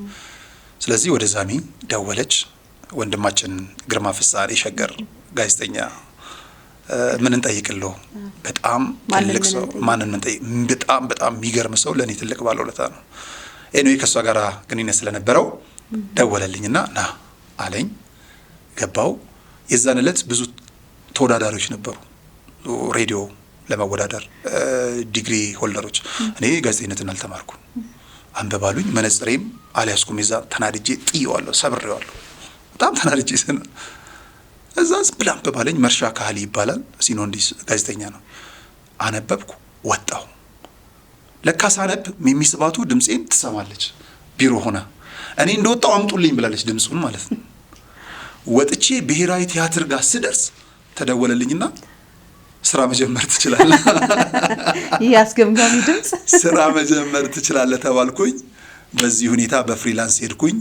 6 ወር ሰራው። ያው ዝም ብል ኑሮ 7ኛም 8ኛም 9ኛም ወር በነፃ ልሰራ ነበር። ግን እሷ ለካ ክፈሉት ብላለች፣ ሚሚ ክፈሉት ብላለች። ግን ሲያዩት ተመቻቸው። አይሽ አሪፍ አያለ በቀን 2 ዜና አላጣም። አይገርምሽ? ፍሪላንስ ሆኜ ከጋዜጠኞቹ ጋር ሁሉ ተጣልቻለሁ። እኛ ተቀጥረን አንተ ሳትቀጠር የምታመጣው ዜና በለጠ። ከዛ ልወጣ ነው ስል ለምን ትወጣለህ ብለው የሆነ ነገር ደሞዝ። ከዛ በኋላ እንግዲህ ደሞዝተኛ ቋሚ ቅጥር ሆነን ማለት ነው። ጋዜጠኝነትን በዚህ ልክ ጀመርናት። አጫጭር ኮርሶችን መውሰድ ጀመርን። እንግዲህ ድንጋይ ውሃው ስለተቀመጠ ዋና አይችልም አይደል? አሳ ወደ ቦታው ስታስገቢ ነው የሚዋኘው። እኔም ለቦታው ነበርኩ ማለት መሰለኝ። ጋዜጠኝነትን በዛ በልኩ 8 ዓመት ከተራ ጋዜጠኝነት እስከ ፕሮግራም ክፍል ኃላፊነት አገለገልኩ። የፖሊስ ምርጥ የምርመራ ማህደር የሚል ተወዳጅ በጣም ፕሮግራም ነበረኝ። ከህዝብ ጋር አስተዋወቀህም በብዛት ረጅም ዓመት። እሱም ነው የምርመራ ስራም ሰራለሁ። ትልቁም ዜናዎች እንደዛ አርጋለሁ። በጣም ጥሩ። እንደው ሬዲዮ ላይ ይሄን ያህል ካለን ወደ ሌሎች ስራዎች እንሂድና ልክ ከዛሚ ወጥተህ ደግሞ ወደ በጎ አድራጎት ድርጅት ነበር የገባኸው። በጎ አድራጎት ድርጅት ደግሞ የሚጠቀሰው እንግዲህ አንድ ድርጅት አለ እዛ ነበር፣ ኤልሻዳይ ሪሊፍ ኤንድ ዲቨሎፕመንት ይባላል። ኤልሻዳይ ነበር የሰራኸው። ኤልሻዳይ በጣም የሆነ ሰዓት ደግሞ በጣም መነጋገሪያም ነበር። አንተ እዛ ነበርክ በፒአርነትና እስኪ ኤልሻዳይ እንዴት ገባህ? ምን ያህል ጊዜ ቆየህ? እንዴት ነበር አገልግሎት? ይኸውልሽ አንዳንድ ቦታዎች ጥሩ ጠረን ላይኖራቸው ይችላል። አንቺ ጠረናቸውን እስካልቀየርሽ ድረስ ግድ የለውም። ኤልሻዳይ ሪሊፍ ኤንድ ዴቨሎፕመንት አሶሲዬሽን በብዙ ስሙ ይነሳል። ጥሩ ያልሆነ ተቋምም እንደሆነ ይነገራል። አሁን ላይ እኔ በነበርኩበት ወይም እኔ የሰራሁት ስራ ግን ያ አይደለም። በጣም ከሚያስደስተኝ ህሊናም ከነበረ ማለት ነው። በወቅቱ የገና ዳቦ የሆነ ይመስለኛል ተቋሙ። እንዲህ ተመዞ የማያልቅ እልፍ የፖለቲካል ችግሮች አሉበት። አሁን ላይ መናገር አልፈልግም፣ ምክንያቱም ሁሉም እንደራሱ እጁን ዋጋ ያገኘ ነበር። በጣም ከሚገርመኝ ግን እኔ የማምንበት እውነት ስለነበረ እውነት ነው ብዬ በማስበው ነገር በሚዲያ ወጥቼ ስለ እውነት ነበር የምመሰክረው። ከጀርባዬ ግን ምን እንደሚሆን አላውቅም። ማምላክ የተረዳኸው ነው ይሄን አንተ በቃ እሷ ከልላኛለች ከምለው አንዱ እሱ ነው። ፊት ለፊት የግንባር ስጋ እየሆንኩኝ አይገርምሽም? አለማወቅሽን የሚያውቅ እግዚአብሔር በእውቀቱ ይከልልሻል። ሌላው ለፖለቲካል ጥቅም መጨረሻ ላይ ከዛ ድርጅት ስሰናበት አንድ ቃል ተነሳልኝ ከስራ አስኪያጅ። በጣም ይደበረኝ። ምንድነው ያመጣንህ እኮ ኦሮሞ ነህ ብለን ነው። አንቺ ጭንቅላቴን ነካኝ። ምንም አልሰራህልንም ነው ለካ ጀስት በኦሮምኝነት እንድረዳ ምናምን ነገር ሊሆን ይችላል። በጣም ነው ሾክ ያደረኩት። ድርጅቱ ግን ምንድን ነበር ስራው? ማለት የነበረው ነገር አጥርተ ነው ምንድነው? አዎ የዚህ አንድ ብር ለአንድ ወገን ጀምሮ ከጎዳና ላይ ወጣቶችን እያነሳ ለዚህ አንድም ሰው ከደሙ ንጹህ ነኝ ማለት የሚችል የመንግስት አካላት ያለ አይመስለኝም። በደንብ ስንናገር እነዚህን ወጣቶች በተለያዩ ማዕከላት አስገብቶ አሰልጥኖ ስራ ሲይዞ የልመናን ከጎዳና እናስቀር የሚል ከልብ ነበር የሚሰራው። የምር ውስጥ ላይ ምን እንደሆነ ግን አናውቅም። ለምሳሌ እነዚህ ልጆች ምግብ ኬት ያመጣሉ ከተባለ የአደጋ ስጋት አመራር ኮሚሽን ምግብ ይሰፍራል። ትምህርት ኬት ይማራሉ ቢባል ትምህርት ሚኒስቴር ይመድባል። ውሃ ካስፈለገ ውሃ፣ መብራት ካለ መብራት። ይህን ሁሉ ምክትል ጠቅላይ ሚኒስትሩ የሚመሩት ድርጅት ነበረ። ስለዚህ ከላይ እስከታች ያውቁታል። አንዳንዴ ሳታቂ የሆነ ቦታ ትወሸቅ ያለሽ እና በመልካምነት በየዋህነት ገባን። ሰው ለመጠቀም ሲፈልግ መጠቀሚያም አልሆንም፣ እኛም አልተጠቀምንም፣ ወጣን። መጠቀሙ ምኑም ይቀር እና በዛ በተበላሸ ቦታ ውስጥ እኔ ጥሩ ህሊና የነበረኝ ሰው ነበረኝ። ዶክመንተሪ ተሰርቷል ዋቴቨር ምናምን እስከ መጨረሻው ድረስ ተቋሙ እንዲህ አይደለም ብዬ ነው የምከራከረው። በቃ ይሄ አይደለም በቃ መጨረሻው ላይ ሲበታተን ሲገባኝ ምንድን የሆንኩት ብሎላል። ምክንያቱም ለኔ የሚነገረኝ ለኔ የሚታየኝ እውነት ብቻ ነው። ያየነውን እንናገራለን፣ የሰማነውን እንመሰክራለን። ስለሆነ ዛሬም የኔ ህይወት ያ ነው እንጂ ከኋላ ከምንም አልነበረም። እዛ ኤንጂኦ ሰራው። የአንድ አመት ቆይታ ነበረኝ። ከአንድ አመት በኋላ ፕሮግራሙ ፌዝ አውት ተደርጓል ተባለ። ፌዝ አውት አድርጓል ሳይሆን እኔ አልተፈለኩም ማለት እንደ መጥቼ ልሰራ የፈለግኩት ሌላ ነው። እኔ 24 ሰዓት እኮ ነው የምሰራው። ቤቴን ሁሉ አላውቅም። ስራ መስሎኝ ስራ ነው የተላኩት። ለካ እንድሰራ የሚፈልገው ሌላ ነው። እሱ ስላልሆነ ደስ እያለን ለቀቀን። ከዛ በጣም ጥሩ እንግዲህ ከዛ ደግሞ ወጥተህ ወደ ቴሌቪዥን ጋዜጠኝነት ወደ ናሁ ቴሌቪዥን ነው ሄድከው። አብረን ተገናኘን። ናሁ ቴሌቪዥን እንግዲህ ባልደረባ የሚሆንበት አብረን የሰራንበት ነውና ወደ ቴሌቪዥን ስክሪን ውስጥ ስትመጣ እንዴት ነው? ሬዲዮ ላይ 8 አመት ያህል ቆይተህ ወደ ስክሪን ስትመጣ ደግሞ በስፋት ወደ ህዝብ የገባበት ጊዜ በርካታ ፖለቲከኞችን ኢንተርቪው እያደረክ ተጽዕኖ ፈጣሪዎችንም እያመጣ ህዝቡ ጋር በደንብ የገባህበት ውጤታማ የነበረ አመታት ይመስለኛል። እንዴት ነው የናሁ ቴሌቪዥን እንዴት ተቀላቀልክ? እንዴት ነበር ቆይታስ? ናሁ ቴሌቪዥንም አስፈልጋቸዋለሁ ብዬ ነው ሄድኩት። እኔ አስፈልጋቸዋለሁ ብዬ ነው ልሰራ ቢቀጥሩኝ ከኔ ሊያገኙ የሚችሉትን ነገር ነገር ስለዚህ መስራት እንደሚችል አሳመንኩ። አቶ ቴዎድሮስ ሽፈራው በሚገርም መልኩ በእውነት ለመናገር በጣም በሚገርም መልኩ ደስ የሚል ወኔ ያለው በቃ እኔ የምወደው አይነት ወኔ ግን አለው። በተለይ ሚዲያ ባለቤቶች የሱን አይነት ወኔ ቢኖራቸው በጣም ደስ ይለኛል። በጣም ነው እንትን ምለው። ተቀበለኝ። እዛ ገባን። እንግዲህ በጋዜጠኝነት ስራ እኔ ከሀገሪቱ ምክትል ጠቅላይ ሚኒስትር ጀምሮ የምችለውን ሁሉ ኢንተርቪው ማድረግ ያለው አግኝቻለሁ ከወቅቱ ማለት ነው። በዚህ ሂደት ውስጥ ናሁ ጉዳይ የሚል ፕሮግራም ነው በደንብ ከስፋት ያስተዋወቀን። ዜና መራ ነበር፣ ኤዲተር ኢን ቺፍ ነበርኩኝ። ሌላው በሌላ በኩል ደግሞ ተራ ጋዜጠኛ ሞኝ ሪፖርተርነት ወጣለው። ናሁ 7 የሚል ፕሮግራምም ክሬት ያደረኩት እኔ ነኝ። እዛንም እመራለው። ኤዲቶሪያል ቦርድ ላይም አለው። በሁሉም መልኩ እሯራጣለሁ። በቃ ስክሪኑ ላይ አንተ ነበር ከሰኞ እስከ እሑድ ብቻ ነው ማለት ነው። ገጽም የምትባል ነበረች ናሁ ገጽ በጣም ወዳት በቃ ልክ እንደ አቋም መግለጫ እንትን ቴዲ ወዳት ነበር መሰለኝ እሷንና እነ ኃይሌ ገብረስላሴን ከዚህ ደግሞ በጣም ጎልቶ ከወጣው የኢትዮጵያ አየር መንገድ የጣሪያው ስር ጉዶች የሚል አንድ ተከታታይ 7 ያህል ዶክመንተሪን ሰርተን ነበረ። በኢትዮጵያ አየር መንገድ ውስጥ የነበሩ በደሎችን ተበድለናል ያሉ አካላትን መጨረሻም ላይ ወደ እርቅ እስከሄድንበት ናሁ ጉዳይ ላይ ነፍሴ ነበረ። የእውነት ምንም የፖለቲካል ውግንና የለኝም ለማንም። እኔ ትላንትን አልረግምም በነገራችን ላይ ዛሬንም ብዙ አልደነቅም። ነገንም የሆነ ይመጣል ብዬ ተአምር የምጠብቅ ሰው አይደለሁ። ያ ማለት ትላንትና በጊዜያችን ስንሄድ ኢህአዴግ ወይም ደግሞ እንትን ምንድነው እሱ ደርግ ዋይቴቨር በወቅቱ ሊሆኑ የቻለውን ላነሳ እችላለሁ እንጂ እንደው ማየት አልፈልግም ምናምን መልሰው አይደለም። ያሁኑም ቅዱስ ነው ምናምን መልሰው አይደለም። ነገም የሆነ ታምር ይመጣል። ሁሉን እንደልኩ ቢታለፍ ደስ ይለኛል። መነሳት ያለበት እየተነሳ ማለት ነውና መወቀስ ያለበትም እየተወቀሰ ቢሄድ ባይ ነኝ። አዎ በነበርክበት ሰዓት በጣም ጎልተህ የወጣህበት ለናሁም የራስህን አስተዋጽኦ ያደረክበት ወቅት ነበርና ከናሁ እንግዲህ ተለይተህን ሄድክ። ወደ ፕራይም ነበር የገባኸው። በአጭር ጊዜ ነው የወጣኸው። እንዴት ፕራይም ወዲያው ወጣህ? እንዴት ነበር አወጣጥ? አዎ እንግዲህ የሚዲያ ጥሩ የነበረበት ጊዜ ነው። የትኛው ሚዲያ ላይ ብትገቢ የማትታሚበት ሌላው ይቅርጥና እንኳን ኦኤምኤን እንኳን አዲስ አበባ ላይ መጥቶ የከፈተበት ኢሳትም ቢሆን የትኛው ሚዲያ ላይ ነጻነት አለበት ብለሽ ካሰብሽ የምትቀላቀይበት ቦታ ነው። ሌላ ምንም እንትን የለውም። ስለዚህ ደሞዙ ጥሩ ስለሆነ ነው የገባሁት። ፕራይም ሚዲያ ጥሩ ከናሁ ይሻል ነበር። ናሁ ላይ ደግሞ አላሰራም ስለተባልኩ ነው። ደከመህ ከመባል ይልቅ ሚዲያ ላይ በዛ ተብሎ ቅናት የነበረበት ሰው ስለነበረ ነው በወቅቱ የነበረ እከሌ ማለት አልችልም። ከዚህ በፊት ጠቅሻለሁ ስም።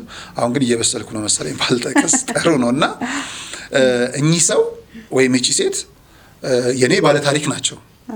በመልካምነቴ ላይ መልካም እያልኩ መሄድ በመጥፎነቴ መጥፎ ናቸው እያልኩ መመዘግብ ነው። የታሪክ ገጽ ናቸው። በቃ የታሪክ ገጽ ናቸውና የሚገለጥ ነው። በህይወትሽ የማይገለጽ የሚል ነገር የለም። እየገለጽሽ የምትሄጂው ነውና ያቺ ሴት ስራ አስኪያጅ ናትና በዛ አለችኝ። ሚዲያ ላይ ክራክ ደከመህ ነው የሚባለው በዛ አይባልም። ለካ ሳስብ እሷ ወደ ስክሪን መውጣት ትፈልጋለች መሰለኝና አላቅም የሚመስለኝና በዛ ጫና ወጣ። በጫና ነው የወጣሁት ከናሁ ሳልፈልግ። ስራ አጥቼ መቀመጥ ስለሌለብኝ ጥሩ ደሞዝ የሚከፈልበት ቦታ ገባው ማለት ነው። የተሻለ ነበረ። እዛም ስገባ እኔ ሞራል አለኝ ለስራ አለህኛም ነኝ የሆነ ነገር በተለይ ለሀገር ለእውነት ምናምን በቃ ደስ ነው። ኢትዮጵያነት በቃ ምን ልበልሽ ኢትዮጵያን መግለጽ አልችልም። ዛሬም ድረስ የአረንጓዴ ቢጫ ቀይ ይረብሸኛል። በቃ ውድ ውስጥ ሆኖ ሳየው ላወሳለሁ፣ እደነግጣለሁ፣ እደነብራለሁ። በእውነት በጣም ነው ፍቅር ያለኝ። ለምን ሀገር ይቺ ናት ብሎ ስለሰጡኝ። በቃ ሌላ ቀለም ደግሞ ሌላ ቀን ከሰጡን ሀገር እንወዳለንና በቃ እኔ ሀገሬን በጣም ወዳለሁ። ለሱ የሚሆን ስራ ሰራለሁ ምናምን። ፕራይም ሃርድ ቶኮች ነው ናሁ እንትን ፕራይም 37 የሚል ፕሮግራም ከጀዋር ጋራ መሰረትን። ጀዋር መሐመድ አይደለም ይሄን ጀዋር መሐመድ ነው እንዳጋጣሚ 37 የሚለውን ፕሮግራም ተከለን። 37 ሲል እኔ ያመጣሁት በሳምንት 3 ቀን ስለምንሰራ 7 ቀን ነው። ሳስበው ግን ብዙ 37 መግባት ያለባቸው ሀሳቦች አሉ። ከፖለቲካ ውስጥ መጠመቅ ያለባቸው አሉ። እሱን ተከልኩትና 37 አልኩት፣ ጸደቀልኝ። የቀጥታ ስርጭት ነበር። አዎ ዶክተር ብርሃኑ ሌንጂሶን በጣም ምርጥ ሰው ነው። በሀሳብ ነጻነት በጣም የሚያምን ነው። የፕራይም አዎ በጣም በነጻነት የሚያስብ ነው። ታጠቀም የሚባል ምርጥ ልጅ ነበር። ነጻነትም ስገባ አሪፍ አደረጉኝ። ፕሮግራም ክፍል ኃላፊ አድርገው አስገቡኝ። ከዛ ወደ ዜና መጡኝ። ሳይሆን አልወደዱኝም መሰለኝ መስራቴ ምናምን። ከዛ ፍሬን መያዝ ፈለጉ መሰለኝ። ታጠቅና እንትና ጋር መጋጨት ጀመረን አልፎ አልፎ ከነጻነት ጋር። በእንዲህ አይነት የጸባችን ምክንያት ደግሞ የኢትዮጵያ ኦርቶዶክስ ተዋህዶ እምነት በተለይ የማህበራት ህብረት የሆኑት እነፌበን የሚመሩት ለመስቀል ፕሮግራም ቀርጻ አለው ከእናንተ ጋር አልኳቸው። ኦርቶዶክስ ኮንሽ የበዓሉ መስቀል ከሆነ ኦርቶዶክስ ነው መተላለፍበት፣ ረመዳን ከሆነ ሙስሊሙ ነው መተላለፍ። ሃይማኖትን መምሰል አለበት ቴሌቪዥን። ስለዚህ ከማህበራት ህብረት ጋር ቀነኒሳ ሆቴል እነሱ ደግሞ ደስ ብሏቸው አዳራሽ ተከራይተው አስቦ ምግብ አዘጋጅተው ለቀረጻ አጠበቁ። ለቀረጻ ሄድን። ስንቀርጽ እንደዚህ ሆነን የቀረጽ ነው። እዚህ ጋር ልክም እንደምታየው የመብርሃንን ምስል አስቀምጠዋል። ደስ ሲል ልብን ሲል ከዛ አረንጓዴ ቢጫ ቀዩን ደግሞ አድርገዋል። አረንጓዴ ቢጫ ቀይ ባንዲራውን እንትኑን ልብሱን ቀረጽን። ፕሮሞ ሄደና የመስቀለት አይሄድም ተባለ። ለምን ይሄ ያለውን ስዕል ካልወጣ አሉኝ። ኧረ ተው። ጀዋር በጣም ቅን ሰው ነው። የእስልምና እምነት ተከታይ ስለ ኢትዮጵያ ኦርቶዶክስ ተዋሕዶ ቤተክርስቲያን ሲናገር ታሪክ ራሱ እንትን ሁሉ እስኪመስልሽ ነው፣ ኦርቶዶክስ እስኪመስልሽ የምር ቀን ምን አለኝ አያውቅም። ነግሯል። ያ በቃ ከነሱ ጭቅጭቅ ይሄ የሌለበትን አውጣውና እንሂድ ይሂድ አለኝ። የጭንቁን አይወጣም። እንዴት ይውጣ? ኤዲቲንጉም ላይ አለ። ሁለተኛ በምን እናውጣው? እንደው በእንትን እንኳን ብንመጣ በክሎዝ እንኳን ቢመጣ ሊወጣ አይችልም። እኔ ደግሞ ትልቅ ልስ አይሆንም፣ መሄድ አለበት። አላስኬዱትም፣ ፕሮግራም ከለከሉ ማለት ነው። ይሄ እንደሚሆን ስለሚገባኝ አንድ ካሜራ ዋይድ የያዘ ሁሉንም ለብቻ አስቀርጬ ነበር። እሱን አመጣውና ስራውን ትቼላቸው ወጣው። ማርያምን ለምን ፈሯት ብዬ በ0 ሰብስክራይበር ዩቲዩብ ጀመርኩኝ። ማህበር ሚዲያ በሚል ማህበር እዛ ውስጥ ሆኜ አንዳንድ ነገር ለማስተላለፍ ከስራ ውጪም ስቱዲዮ ላይ እሱ ስነ ምግባር አይደለም። በእርግጥ እሱን አምናለሁ። ስቱዲዮ ውስጥ ሆኜ ከስቱዲዮ ውጪ ሆኜ ቀርጬ አስተላልፋለሁ። 2-3 ያው እንኳን ዘንቦብሻል ነበር ድሮ ጤነሽ ቃወጡት። ስቱዲዮ ውስጥ ሆኖ ሌላ ነገር በመጠቀም ምናምን አሉ። ኦኬ እሱ የኔ ስህተት ነው፣ መደረግም የለበትም። እዚህ ድርጅት ሰራተኛ ከሆንሽ በድርጅቱ ቦታ ውስጥ መቅረጽ የለብሽም። እሱ ግን ዋናውን ለመሸፈን ነበር። ማርያምን ለምን ፈሯት ብዬ ከዛ ማርያም አትታይ የሚባልበት ቤት ውስጥ አልሰራም ብዬ ወጣው። ዩቲዩብ ገባው። ዩቲዩብ ስጀምር ምንም የለኝም እኮ አንድ ላይ ተስታን ጀዋር 1000 ብር ነው የሰጠኝ። ወንበር ግዛ ብሎኝ የፕላስቲክ ወንበር እንትና ደንበል ነው ራሱ ደግሞ እኮ የክፋት እነሱ 6ኛ ላይ ነው፣ እኔ 11ኛ ላይ ነው ዩቲዩብን የጀመርኩት 11ኛ ላይና በዚህ መልክ እንግዲህ ወደ ዩቲዩብ ገባሁልሻለሁ። በጣም ድፍረት ይጠይቅ ነበር ማለት ከትልልቅ ድርጅቶች ነው የሰራ የነበረው። ከዛ ወጥቶ ወደ ራስ ስራ መሄድ ደግሞ በጣም ኢንቨስትመንት የሚጠይቅ ነው። የዩቲዩብ ስራ ከመሬት ተነስቶ ሊጀምርም ለማለት ትልቅ ድፍረት የሚጠይቅ ነው። ያው ደፋርም ስለሆንክ ነው የጀመርከው። በጣም ነው የሚያስደስተውና እንዴት ነበረ ለማቋቋም እነዛን ያሉን ነገሮች አንድ ላይ አድርገህ የራስህን ሚዲያ ፎርም አድርገህ መጀመሩ ምን ያህል ቻሌንጅ ነበሩት? በተለይ መጀመሪያ አካባቢ በጣም ከባድ ነው። እኔ እንደነገርኩሽ ተፍላለሁ፣ በጣም ጎበዝ ነኝና አዳም የሚባል ወንድም ያለ ህትመት ቤት ያለው ኤልሻዳይ ሆኜ ህትመት ሲያተምልን ስለነበር አውቃለሁና እሱ ጋር ዝም ብዬ ሄድኩኝ። ሲሄድ ሚዲያ ጀምራለሁ ምናምን አለኝ። እንዴ ከጀመርክማ እኔም ጀምራለሁ፣ ግን የ3 ወር ለምን አንከፍልም የቤት ኪራይ እና እንጀምር አልኩት። አንተ የመጀመሪያውን የ3 ወር ክፈል አልኩት። ከዛ ቀጣዩ 3 ወር እኔ እከፍላለሁ። ስለዚህ በጋራ ጀመርን ማለት ነው። 3ኛ ወር ላይ እሱ ለቆ ወጣ። ወንበርማ አንድ አስገብቶልኝ ነበረ። የምከፍለው ጨነቀኝ ማለት ነው። ወንበሩም የለም፣ ባዶ ቤት ነው። እንደምንም ብዬ ዛሬ 1 ወር አስቀረው። የ3 ወር ከፈልኩ። ወደ 6 ወር ዋጋ ከፈልኩበት። በእውነት የቤተ ክርስቲያን ስራ ነው የምሰራው፣ የአውደ ምሕረት ስራ፣ የሌሊት ኪዳኑን ጨምሮ ቅዳሴ፣ ንግስ ካለ ሁሉ ነገር እንሰራለሁ። መብርሃን እንደምትረዳኝ ግን በጣም አምን ነበር በእውነት። ምክንያቱም በሷ ምክንያት ነው ምንም በቃ ብዬ በእርግጠኝነት ሰራ ነበር። ከ6 ወር በኋላ እንግዲህ መልስ ያዘ። አንድ ጉረኛ የሆነች መኪና ነበረችኝ። እኔ እንዲህ ስነዳት እሷ እንዲህ ትላለች። እንዲህ ስላት የመኪና ጉረኛ እሷ ውለታ ውላለች ለኔ። ኤዲተርም ነኝ፣ ካሜራማንም ነኝ፣ ጋዜጠኛም ነኝ። ሶስቱም ራስ ሆናለሁ። ከዛ አቆምና ሬክ አድርጌ እዚህ ጋር ገባና ራሴ ሞክሬ የተጣመመ ከሆነ ከፍ አድርጌው ሞክርና ራሴ ጋዜጠኛ ሆናለሁ። ከዛ ኤዲት አደርገዋለሁ በተወሰነ ጊዜ። እዛ ወደ ህይወቴ አንዲት ልጅ መጣች፣ መዲ የምትባል በጣም ነው የማመሰግናት። ዛሬ ፀሐይ መማር ትወዳለች የሚል ውስጥ እየሰራች ያለች ናት። ተማሪ ነኝ አለች። እየተማርሽ እኔን ታግዥኛለሽ አልኳት። ኤዲተር እያስተማረኳት ትምህርቷን እየተማረች እኔን በደንብ እያገዘችኝ። እንግዲህ አሁን ወደ 8-9 ሰራተኞች አሉኝ። ትንሽዬ ከ15 ካሬ ኦልሞስት ወደ 80 ያህል ካሬ ትልቅ ቢሮ አለን ማለት ነው። በደንብ አብራራው እሱ ላይ በተለይ ለወጣቶችም እንዳንተ ከትንሽ ተነስተው ማደግ የሚፈልጉ የሚያዩ ሰዎችም አሉና አሁን ያለበት ሁኔታ እንደዚህ ባጭሩ 8 ሰራተኞች አሉ ብቻ ብለ የምታልፈው አይደለም። ትልቅ ሚዲያ ነው ያለ።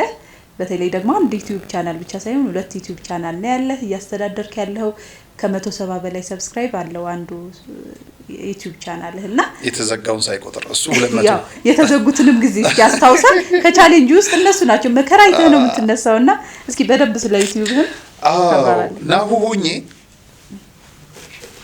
የሀጂ ሙዘይል ልጅ ይመጣል። ሀጂ ያኔ በጣም ትልቅ ቤተሰብ ነው። በጣም ትልቅ ናሁ ፕሮግራም ለማዘጋጀት እና ጥሩ ነገር አግዤዋለሁ መሰለኝ አላውቅም። ፕራይምም ተገናኘን። ፕራይም እያለው ይሄ ችግር ሲደርስብኝ በኢትዮጵያዊነት በምሰራው ደስ ስለሚላት እኔና ጀዋር የምናደርገው ክርክር በጣም ኃይለኛ ነው። በሁለት ወገን ከፍለው ነው የሚያዩት። የጀዋርን ጀስት ከእንትኑ ጋራ የኔን ደግሞ እናንተ ራሱ ሙግት ነው የምታደርጉት። ሙግት ኃይለኛ ሙግት ነውና እዚህ ይሉኛል አንዳንደኛ እንዲህ የነፍጠኛ ሀሳብ ይሉኛል የኔን የማራመደውንና ከአሜሪካ ትደውልልኛለች አንዲት እህት እንዲህ ችግር ገጥሞኛል ምናምን ለምን ራስን አሰራም አለች። ራሴን ከሰራው የኢትዮጵያ ኦርቶዶክስ ተዋህዶ ቤተክርስቲያን ላይ የሚያጠነጥን ፕሮግራም መስራት የምፈልገው አልኩ። እምነቷ ምን እንደሆነ ታውቂያለሽ? ፕሮቴስታንት ጀምር ለኢትዮጵያ ለከፈልካት ዋጋ አትሊስት ከሆነች እኔ እቺ ልውጣ ብላ ካሜራ ገዛችልኝ። ፕሮቴስታንት ናት። የመጀመሪያውን ካሜራ ይገዛች እሷን ገዝቼ ሙስሊም ነው እንዳልኩሽ ወንበሩን ይገዛልኝ እንትና የፕላስቲክ ወንበር። ከዛ ይሄ ልጅ ቢሮ መጣ ማለት ነው። ሲመጣ ወንበር የለኝም ሌላ ስራ ከሱ ጋር ልሰራ። በሚቀጥለው ቀን ከቢሮ ወንበሮች ነው ጠረጴዛ ጭኖ ላከልኝ።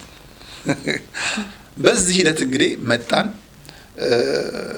የጥር 14 ጉዳይ ከመከሰቱ በፊት ቻናሉ እንዴት ከፋልልኝ መሰለሽ? ጥር 1 ቀን በመስቀል አደባባይ ለኦርቶዶክሳውያን ተከልክሎ ለፕሮቴስታንት ወንድም እህቶቻችን አደባባዩ ተፈቅዶ ነበር። የዛን ቀን ደግሞ ቅዱስ እስጢፋኖስ ንግስ ይነግስ ነበርና ግርግር ነበረ። በጣም ክፉ ቀን። እዛ ታቦቱን ቶሎ አስገብተው እንዲበተኑ እህት ወንድሞቻችን ደግሞ የአባቶቻችንን ርስት አንሰጥም ብለው አስለቃሽ ጭስ ሁሉ የተለቀቀበት ነበር። ያ አስለቃሽ ጭስ በጣም ዋጋ አስከፍሎ በአራቱም አቅጣጫ በሩ ተዘግቷል። መውጣት አንችልም። እስጢፋኖስ ቤተክርስቲያን መግባት አንችልም። መስቀል አደባባይ ላይ የፕሮቴስታንት እህት ወንድሞቻችን ስርዓት አምልኮ ለማከናወን ይሯሯጣሉ። ባለስልጣናቶች እንደ ጉድ ይመላለሳሉ። በቅዱስ እስጢፋኖስ ያለውን የተዋህዶን ጩኸት ግን የሚሰማ የለም። ጭራሽ አስለቃሽ ጭሱ ጎኔን የመታኝ ሪከርዱ ላይ ያለ ላይቭ ላይ ያንን ላይቭ እየሰራው ነበር። ኦልሞስት ወደ 3000 ሰው ምናምን ነበረኝ። ወደ 26000 ሰው በአንድ ቀን አደረ። ማለት እኔ ነኝ ትልቁ ምንጭ የነበርኩት እዛ ማስተላለፈው ነበር። እንደዛ ያለ እየሰራው አስለቃሽ ጭሱ ሲመጣ ትዝ ይለኛልና ከዚህ አንስተን ድጋሜ እንዳይመጣብን ወደ ውጭ ወረወር ነው ምናምን። የተከፈለ ዋጋ በጣም ብዙ ነው። በጣም ብዙ ያው አንተ ኖርማል ንግሱን ልትሰራ ነበር ይሄድከው ለመስራት ነው ይሄድ ነው። ሌላ ይሄ እንደሚመጣ እናቀም እንትን አይደለም። የዛን ቀን ምግብ የተወሰኑት ፖሊሶች ያስገባሉ፣ የተወሰኑት ይተኩሳሉ። ሁሉ አንድ አይጠራም። በጣም የሚገርመኝ እባካችሁ ልጆቻችን የሚሉ ፖሊሶች አሉ። ምንም ዋጋ የሚከፍሉ የሚያለቅሱ። ቤተክርስቲያን ውስጥ ምግብ የለም ምን የለም። እኛ ብቻችንን እንላለን። ለካ ሁሉም ኦርቶዶክሳዊ በአራቱም አቅጣጫ ወደኛ ለመምጣት ግን መምጣት አይቻልም ማለት ነው። እንደምንም ተብሎ የጸጥታ አካላቶች እዚህ ውሏል። ምግብ አልበላንም። ምክንያቱም ለነክስ ሊር ነው። ቁርስ የለም፣ ምሳ የለም፣ ውሃም የለም ምንም። ልክ በዚህ በእንትን በኩል በእስጢፋኖስ ወደ ኡራኤል በሚወስደው በኩል አለ አይደል? ቀስ ብላችሁ በጥንቃቄ ትወጣላችሁ ተባለ። እንዳልኩሽ መስቀል አደባባይ ያሉት በክብር እየተስተናገዱ ነው። በማን አለብኝነት ዋቴቨር ምናምን በጣም በሚያሳዝን ፌር አይደለም። እንደ ሀገር የእንጀራ እናትና ልጅና እንጀራ ልጅና ለእንትን የሚባል የለም ሀገር። በእውነት ከተከፋውበት ቀን አንዱ ነው። ምን አለፋሽ ደምንም ስንሄድ መውጣታችንን እያየው አይደለ? የት መድረሳችንን አናቅም ብዬ ቫትሪ ደግሞ እያለቀ ነው። እየሰራን ነው። ኦልሞስት ሰው እንግዲህ ከ1000 ምናምን 27 28000 ገብቷል። ሰብስ ብዙ ሰው እያየ ነው። ልክ ምንድነው እሱ በእስጢፋኖስ በኩል አንድ ሆቴል አለ። ምን ስንደርስ እሱ ጋር ስንደርስ ለካ ሰው አላስቻለው ዋቴቨር ወይም ተለቆ ይሁን አላቅም እኩል ተፈቅዶለት የመገናኛው ከኡራኤል ከዚህ ከሳሪስ የመጣው ከዛ በኩል ምን ልበልሽ በቃ ጀስት በበረሃ ላይ የሆነ ነገር እንዳገኘሽ አይነት ህዝቡ ሲመጣ በቃ ለቅሶ። በዛን ሰዓት ደግሞ ባትሪውም አለቀ። በቃ ለቅሶ ማን እኛንን የምናውቀው ምክንያቱም መሳሪያ እየተኮሰብሽ በመሳሪያ ታፍነሽ ነው እየተኬደ ያለው። እንደ ቀላል አይደለም፣ እንደ ቀላል የምታየው አይደለም። ሲወራ ቀላል የመታፈን ነገር ነበር ብቻ። ከዛ እንዳይወጡ ከዛ የልደታው መጣ። ለምን የመስቀል አደባባዩ ጉባኤ አለቀና እነሱን ሸኝቷቸዋል። ስለዚህ ነፃ ሰዓት ስለሆነ ስለመሸ ለቀቁ። በቃ ዝማሬ በዝማሬ ሆነ። ዝማሬ በዝማሬ ምድር በዝማሬ ተናወጠች።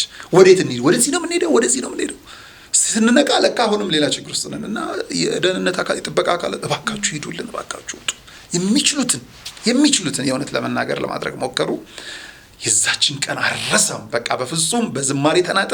የአራዳው መጣ፣ የከልደታ መጣ፣ ከሳሪስ በቃ ከብዙ ሁሉም ኦርቶዶክሳዊ በያለበት ተጨንቆ ነበር። በቃ በያለበት መጣ።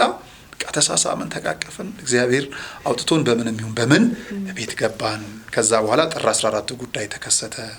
ጥር 14 ጉዳይ ደግሞ እስር ይዞልን መጣ። በዚህ በአባቶች መከፋፈል በኦሮሚያ የነበረው ሹመት ከዛ በፊት ማመን አልችልም ለኔ። ለምን ከብፁዕ አባታችን አቡነ ሳይሮስ ጋር ወጣትነት ለቤተ ክርስቲያን የሚል ፕሮግራም ስለሚያዘጋጁ በየአብያተ ክርስቲያናቶቹ እየሄድን ቀረጻ እንሰራለን። ወንጌልን በማስፋት በኩል እሳቸውን የሚያክል ጳጳስ አለ ብዬ አላስብም። ብፁዕ አቡነ ሳይሮስ እዚህ ውስጥ ተገኙ ሲባል ሌላ የዛን ጊዜም ደግሞ እንደዚሁ የበልብ ኬዝ ያንን ጥምቀትን ያሳለፍኩት ሆስፒታል ነበረ። ምናልባት ከዛ ከሆስፒታል ወጥቼ ነበረ። እንደውም እቤቴ ሶፋ ላይ ጋቢ ለብሼ ምናምን ነበረ እምሰራ የነበረው ማስተላለፈው ከሆስፒታል በጣም በጭንቅ ውስጥ ከሆስፒታል ትቼ ወጥቼ መተንፈስም ከባድ በሆነበት ጊዜ ግን ማመን አልችልም ነበርና ማህበር ሚዲያ የኛ ትልቁ መረጃ ምንጭ ነበር። ቱሉቱሉን እንሰራ ነበር።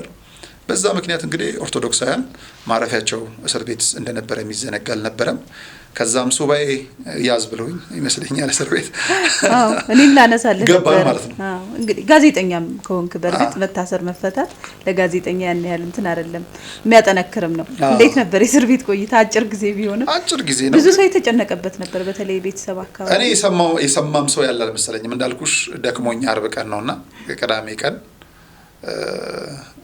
ተኝቻለሁ ቤቴ በጀርባዬ። ቤት ያለው ታሪክ ይቀርና ትፈለጋለህ ማን ነው ጓደኛ እንደሌለኝ ይታወቃልና ስወጣ ማን ልበል ስል እንፈልግሃለን። ማናችሁ? አይ ለጥየቃ።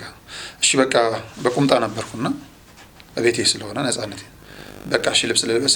ኖ አትለብስም እና እኛ ፊት ነው የምትለብሰው። እናንተ ፊት ብላ ማለት በበር ተከልዬ ነው ማናችሁ ያልኩት። ከዛ ደምንም እቤት ያሉትን አረጋጋው። አይሆንም ምናምን ሲሉ ኦኬ መረጋ እኛ አንተ ስለሆንክ ስላከበርን ነው እንጂ እንደውም እየመታነ ነበር የምንወስደው አይነት ነገር እያዳፋነ ነበር። በቃ እንደምንም ተወሰድኩ። ጥቁር መኪና ነው። ቀን ላይ ተወሰድኩ። ዞር ይመስለኛል ቴዲ የሚባለው ልጅ እዚህ አንድ ጋዜጠኛ ትንሽ ልጅ አለ። ምን ላይ የሚሰራ እኔ አላውቅም። እዚህ ፖለቲካ ላይ በጣም የሚተነትን ልጅ ቴዲ ነው ምናምን የሚባል በጣም ጎበዝ ልጅ ጋዜጠኛ፣ በጣም ጎበዝ ልጅ ይመስለኛል። እሱንም እኔንም አንድ ላይ ለመውሰድ መሰለኝ የፈለጉት ይመስለኛል። እዛው ትውልዲምቱ እንትን አካባቢ ስለነበረ እኔን ወስደው ከሄዱ በኋላ ሲነጋገሩ ስሰማ ነው ይመስለኛል። እሱ መምጣታቸውን አውቆ ከዚህ በፊትም ታስሮ የወጣ ልጅ ሰው ምናምን ስለነበረ በአጥር ዘሎ አምልጧል መሰለኝ እና ሲነጋገሩ ሰማለሁ። ማታ 12:30 ምናምን ላይ እንትን አስገቡኝ ጣቢያ። መርማሪው ተቀበላሉት፣ ተቀበለ። እሰር ሲሉት ምን ልሰራል እንዲህ ሲሉት አንድ መርማሪው ምን ነገር የሌለበት ቃል ተናግሮት በላስገባው አሉት። ልጁ ምን ላድርግ አለ። ነው ስራ ነው ግድ የለም አስገባኝ ያልኩት። እዛ ቀበቶ ፈታው ምናምን እስር ቤት ልክ ሲከፈትልኝ ሰላም ለሁላችሁ ብዬ ነው የገባሁት። እግዚአብሔር በሚያውቅ ለመጀመሪያ ጊዜ ታሰረ። ለመጀመሪያ ጊዜ ዝንጥ ብዬ በልብስ ነው የወሰድኩት ምናምን መጽሬም አለ ምናምን ሰላም ለሁላችሁ ብዬ ስገባ እዛ ስቆይ ነው የነገሩኝ ማለት ነው። ደንግጠዋል ማለት ነው። ቆጭና ማታ 3ኛው ቀን ላይ ግን አገባብሽ ብዙ ሰው ረፍረፋሽ ልምድ ያለሽ አይቆጨኝም አይነት ነው አለ። እኔ በእስር ቤት ታሪክ ያለ ወደ እስር ቤት ሲገባ ሰላም ለሁላችሁ ብሎ የገባ ሰው ደንግጦ የተነጫንጮ ምናምን ነው የሚገባው። ከዛ ደግሞ ልክ እንደገባው ያው እንቅልፋም ነኝ በጣም ነው ወጥ ምንም ምክንያቱም ህሊናዬ ንጹህ ስለነበረ አጥፍቻለሁ ብዬ ስለማላስብ ቦታዬ ያ ቢሆንም በቃ በንጹህ ህሊና ነው የገባሁት። የሚገርም ድብን ያለ እንቅልፍ ነው የወሰደኝ። ገባውና እንዲህ ነው የተኛሁት ከበጀርባዬ ማለት ነው። ቦታ ሰጥተውኝ ደንግጠዋል እስክናቅ። በቃ ይሄ ልምድ ያለው ነው አላምን ብለህ በቃ በዚህ ሁኔታ ቤት እዛ ውስጥ አከብር እና ቪአይፒ ክላስ ተሰጠኝ። አልጋ ቪአይፒ ምን እንደሆነ ታውቂያለሽ? እንደዚህ ቻይነት ምን ጣፋለች እሷ ላይ ትንሽ ፍራሽ አለች። እሷ ናት ቪአይፒ ለሌላው ፍራሽ ስለዚህ በቃ እና ጥሩ ሆነ። ተንከባከቡኝ። ብዙ ያለው ነገር እግዚአብሔር ይመስገን። ነገር አልቀናም። የተሻለ ነገር አስበህልኝ ነው የሚለው መዝሙር ወደ አእምሮዬ በጣም ይመጣ ነበረ። እንዲህ ሆነ እልሻለሁ። ስትወጣ የእናትህ ትዝ ይለኛል የተለቀቀ ቪዲዮ ነበረ። ተጨንቀው እንደነበረ እዛ አካባቢ እና ዘራፍ ሲሉ ነበር። አስታውሰን እስኪ ቢል እሷ ያው እናቴ እንዳልኩሽ ጥሩ ኢትዮጵያዊ ናት፣ ጥሩ ሰው ናት፣ ጥሩ እናት ናት፣ ጥሩ አማኝ። እዚህ ለመድረሴ የእሷ ጸሎት፣ የእሷ ደግነት፣ የዋህነት በቃ ይሄ ብቻ ነው የቀረው። አየሽ አንድ የምትወደው ልጇ ለእስር ቤት የሚያበቃ ምክንያት ውስጥ ይገባል ብላ አታሰብም። ሰው የሚጠላ አይደለም። ፖለቲካ ውስጥ ገብቶ እንትን የሚል አይደለም። ስራዬ ነው ብሎ ከተሰጠው ስራውን የሚሰራ ነው። መናገር ጋዜጠኛ እኮ ነኝ፣ መናገር ነው ስራዬ። ካልተናገርኩ ምን ልሰራ ነው? ያየሁትን የሰማሁትን ካላወራው ስራ የለኝም። አይ ይሄ ያስነካል። የጋዜጠኝነት ባህሪ አይደለም። ካህን ነው አይ ፖለቲካ ውስጥ አልገባም የሚለው። ዶክተር ነው ስራው ነው ዶክተር መቅደድ፣ መስፋት፣ መመርመር። እኔ መናገር ነው። አንተ ምን ትላለህ? አንቺ ምን ትያለሽ? እናንተ የሁለታችሁም ታሪካ ይሄ የኔ ስራ ነው። ይሄ የሚያጣላ አይመስለኝም። አይደለም አሁንም የማወራው ለዛ ነው። እውነትን እውነት ብለህ በቃ ስራዬ ማውራት ነው። የሚነገር የሚታይ ነገር ማውራት ነው። አደባባይ ከወጣሽ በኋላ ለምን አወራኝ አይባልም። አሁን አንዳንዴ አልፈው ትላንትና እንዲህ ስትል የነበርከው ይልሻል። እንዲህ የሚባል አካል ወይም እንዲህ የሚባል ነገር ስላለ ነው። አለቀ። ሁነትን ነው የምዘግበው። ሁነትን ነው። ስለዚህ ይታሰራል ብላ አታስብም። ልጄ ለምን ይታሰራል? አልሰርቅ፣ አልዘርፍ፣ አላጭበረብር፣ ችግር ውስጥ አልገባ ምናምን። ሲታሰርባት አዝናለች፣ ሲፈታ ደግሞ ደስ ብሏታል። ሰራፍ የእውነት አምላክ ነው ያወጣኝ። ይሄ ነው የነበረው። ትጄ በጣም ደስ ይላል። እንደው በተለይ አሁን ትኩረት አድርገህ የምትሰራው ሚዲያህን ሃይማኖት ላይ ነው። የኢትዮጵያ ኦርቶዶክስ ተዋህዶን እያገለገልክ ነው። እዛ አካባቢ ያለውንም በደንብ ታውቀዋለህ። ሃይማኖቱም ላይ ያው ፖለቲካ አለ አይደል? ሁሉም ላይ እዛ አካባቢ አሁን ሃይማኖት ላይ ፖለቲካ የለም። ፖለቲከኞች ሊገቡ ይችላሉ። እሺ እንደው ከውጭ ነው ለሚመለከት እንደ እምነቱ ተከታይ ምእመንም በደንብ ውስጡ ነው ያለውን ማያቅም ይኖራል። እዛ አካባቢ ስለሆንክ እንደው ሃይማኖቱ አካባቢ አንዳንዴ ንትርኮች እናያለን። እዛ አካባቢ እንዳለ ቅርብ እንደሆነ ሰው የሆነ ነገር ብለህ ካለፍክ እዛ ሚዲያ ላይ መስራው እዛ ምን ይሆናል መሰለሽ ቤተ ክህነቱ ጀስት ፖለቲካ መሽተት ከጀመረ ቤተ መንግስቱ የማዕጠንቱን መሽተት ከጀመረ ቦታ ተቀያይሯል። ለዛ ነው። ስለዚህ ቤተ መንግስቱ ውስጥ እጣን ይሸታል። የቤተ ክህነት ውስጥ ደግሞ የሆነ ፖለቲካ ነገር ቦታ የተቀያየረ ነገር አለ። መብላት ነው። አሁን ጾም ላይ ነን። በጣም ጥሩ ነገር አንደኛው ነገር ጾም ከብዙ ነገር ታድናለች። መብላት በጣም ብዙ መከራን ያመጣል። ገባሽ? በየአይነቱ የሚባል ምግብ አላለኝ መምህር ደረጀ ከኔ ጋር ኢንተርቪው አድርጎ ነበር። በየአይነቱ ምግብ እየበላን በየአይነቱ በሽታ መጣብን። አየሽ? ከዛ አሁን ለእንጀራ ስል ነው የሚል ካህን ካለ እግዚአብሔርን ይረሳዋል። ለቃሉ ስል ነው ግን ካለ ቃሉ ይመግበዋል። ቃሉን ትቶ ለእንጀራ ያለ ነው ካለ አሁን የምናያቸው ትርምስ ውስጥ ገባን። አሁን አንዱን አምላክ ለስንት እንደከፈል ነው ማላቅም እኮ ለብዙዎቻችን ሃይማኖት አለን፣ ሃይማኖተኛ አይደለንም። እግዚአብሔር ማወቅና ስለ እግዚአብሔር ማወቅና እግዚአብሔር የሚለውን ማድረግ በጣም የተለያዩ ነገሮች ናቸው። እኚህ የተደበላለቁ ነገሮቻችን ለምን መጡ አንልም። የዘመን ክስተት ናቸው። ከዚህ በተገላቢጦች ደግሞ አባቶች አሉን። እነዛ አባቶች እግዚአብሔር ስራውን ይስራ ብለው ዝም ያሉ ናቸው። ሰው ቢሰራ የአጭር ጊዜ መፍትሄ ነው።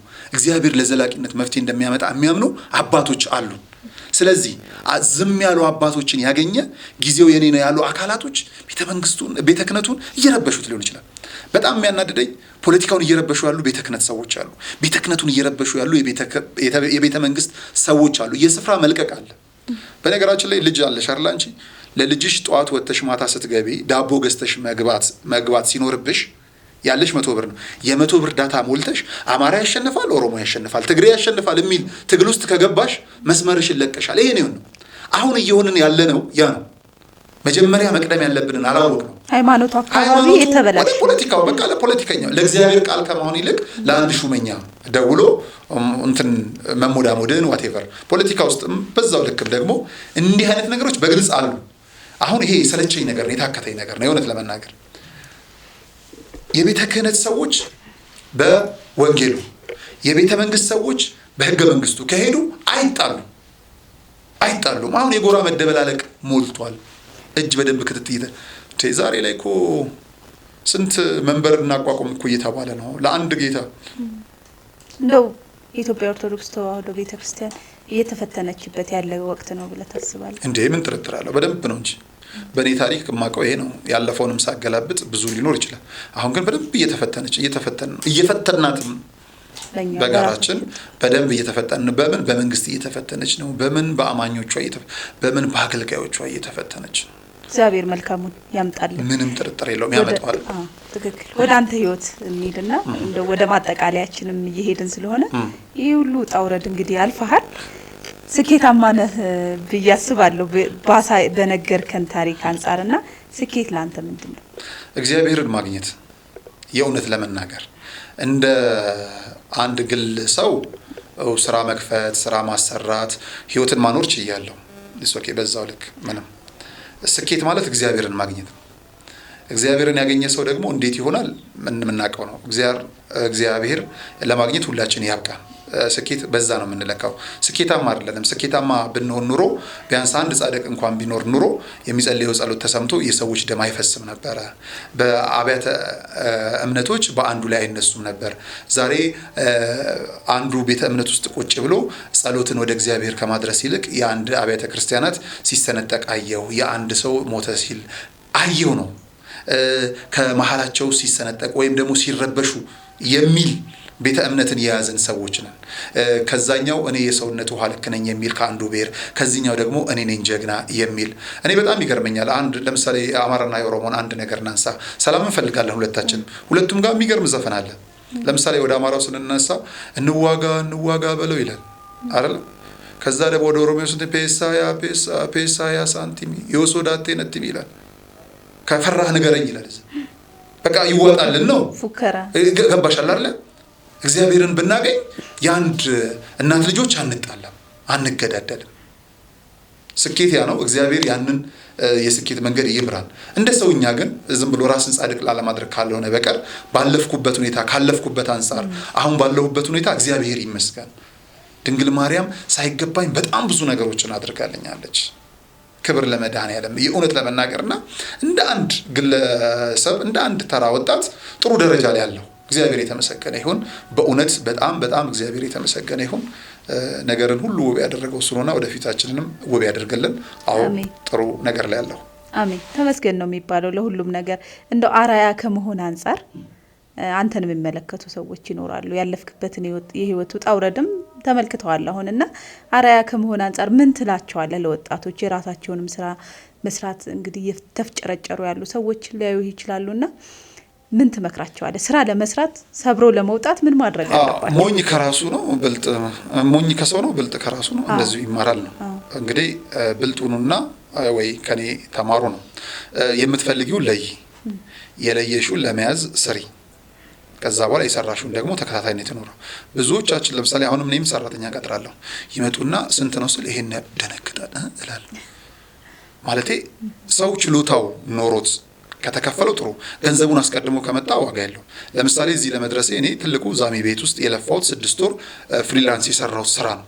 ነገ የኔ እንደሚሆን ዛሬ ተቀጥረሽ ስትሰሪ ነገ እንደምትከፍቺ ማሰብ መቻል ነው አንደኛው። ሁሉን ነገር ደግሞ ስለተከፈለሽ ብቻ ህይወት ይኖራል አይደለ? በተከፈለሽ ቦታ ላይ መማር መቻል አለብሽ። ከተምረሽ ደግሞ እንትንሽን ማሳደግ፣ አሰሪሽን ማስደሰት። ለምን አሰሪሽ ወዳጆች ይኖሩታል። ልክ እንደሱ አይነት ይመጣሉ፣ ያዩሻል። ከወደዱሽ እኮ በተሻለ ቦታ ይመጣሉ። ራስሽን የምትሸጪበት ቦታ ነው ስራ ቦታ። ራስሽን ለመሸጥ መምጣት ነው እንጂ እንደው ቆጥበሽ ጉልበትሽን ለገመሽ ምናምን እንደዛ አይባልም። ሳትሰሪ ሙላልኝ አይባልም። ስለዚህ ራስን ማሳደግ፣ ተስፋ አለመቁረጥ፣ የእውነት ለምን ከዛ ባለፈ ደግሞ ለምንድን ነው የምሰራው ብሎ መለየት። እኔ በጣም ለምሳሌ ሁለተኛው ቻናሌ ያደገበት አንዱ ነገር አስራት ማውጣት ነው። አስራት ምንም ጥርጥር የሌለው በእውነት የመጀመሪያው ሲዘጋ ስለማላወጣ ነው ለክርስቲያኖች በቃ በተለይ ለክርስቲያኖች ከዛ በእጥፍ ነው የሚመጣ። ለምሳሌ 10 ብር በዚህ ያለሽ እግዚአብሔርን 1 ሚሊዮን ብር ለመንሽው 1 ሚሊዮን ብር ቢሰጥሽ እንዴት ነው የምትይው? በዚሁ ነው አይደል የምትይው? ስለዚህ 10 ብር የሚያሽው እንደዚህ ነው። 10 ብሩን ለመያዝ 1 ሚሊዮኑን ለመያዝ 10 ሚሊዮኑን መልቀቅ አለብሽ። 10 ብሩን ስለዚህ 10 ብሩ የሚገባው ሰው አለ፣ ለሱ ስጪው። ከዛ 1 ሚሊዮኑ ይመጣልሻል። በእጅሽ ላይ ያለው መልቀቅ ነው። ከዛ በኋላ ደግሞ እኔ በጣም የማላምነው ነገር ሰውን መጥቀም ካልቻልሽ እንዳትጎጂ ትጂ። ሰውን ላትጠቅሚ ትችያለሽ፣ ግን እንዳትጎጂ፣ በክፋት እንዳትቆሚ። ከዛ ስላለሽ ነገር ደግሞ እኔ ቢሮ ውስጥ ማናፋት እኔ ይሄ ያለኝ መልሰው ነኝ ማለት ይሄ ያለኝ ምናምን ጉራ አይደለም፣ እየተደረገልኝ ነው። ተደርጎለት የማያወራ በጣም ክፉ ሰው ሳይደረግለት ዝም ብሎ እየለመነ ከሚኖር ተደርጎለት እንደኔ ቢናገር ይሻላል። እየጨመረለት ይሻላል። ምንም እንትን የሚል ነገር የለም እንጂ ይሄ ጉራ አይደለም፣ የምሬን ነው። አንዳንድ ሰው ይለምናል አይሆንለትም፣ ቢሆንለትም ስለማይሰጥ እኮ ነው። ለምሳሌ በክርስቲያኖች በጣም ከምናደደው ነገር አንዳንዱ እኔ እንደ ክርስቲያን እንደ ኦርቶዶክስ አንዳንዱ ቦታ ድራማም ተፈጥሮ ዳንኩ ይባላል። ኦርቶዶክስ ቤት ግን ብዙ ፈውስ ኖሮላቸው ምስክርነት እንኳን አይመጡም። ለምን? አረሱ ከተደረገልሽ ለምን አታውሪም? ያድርግልሽና አውሪ፣ ያድርግልሽና ተናገሪ፣ ያድርግልሽና ስጪ። ይሄ አለኝ ስትይ እግዚአብሔር ይመስገን። ጥሩ ሰው ከሆነ ነጋሽ እኮ ከትላንት እዚህ ሆኗል፣ በእኔ ስም እግዚአብሔር ይመሰገናል፣ በእኔ ነገር አለቀ። መመስከር መቻል አለ። የለኝም የለኝም ነው የሚያመጣው። አለኝ ለምሳሌ ችግሮች መጡ በመስጠት በሆነ በኩል መስጠት ማበደር አልነበረብኝም። በሆነ ሲጠይቁ የለኝም አለኝ አልልም። አለኝ ግን ማበደር ፕላን አይደለም።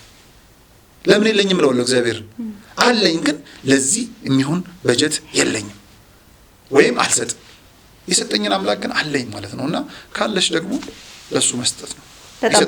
በጣም ጥሩ ደስ የሚል ቆይታ ነው እያደረግን ያለ ነው። ግን ሳታነሳ እንድታልፍ ያልፈለኩት ስለ ሽታዬ እንድታወራኝ ይፈልጋለሁ። በጣም የምትወዳት እናት ናትና ደግነቷን ለጋስነቷን ብዙ ጊዜ ስታወራ ሰማለሁ።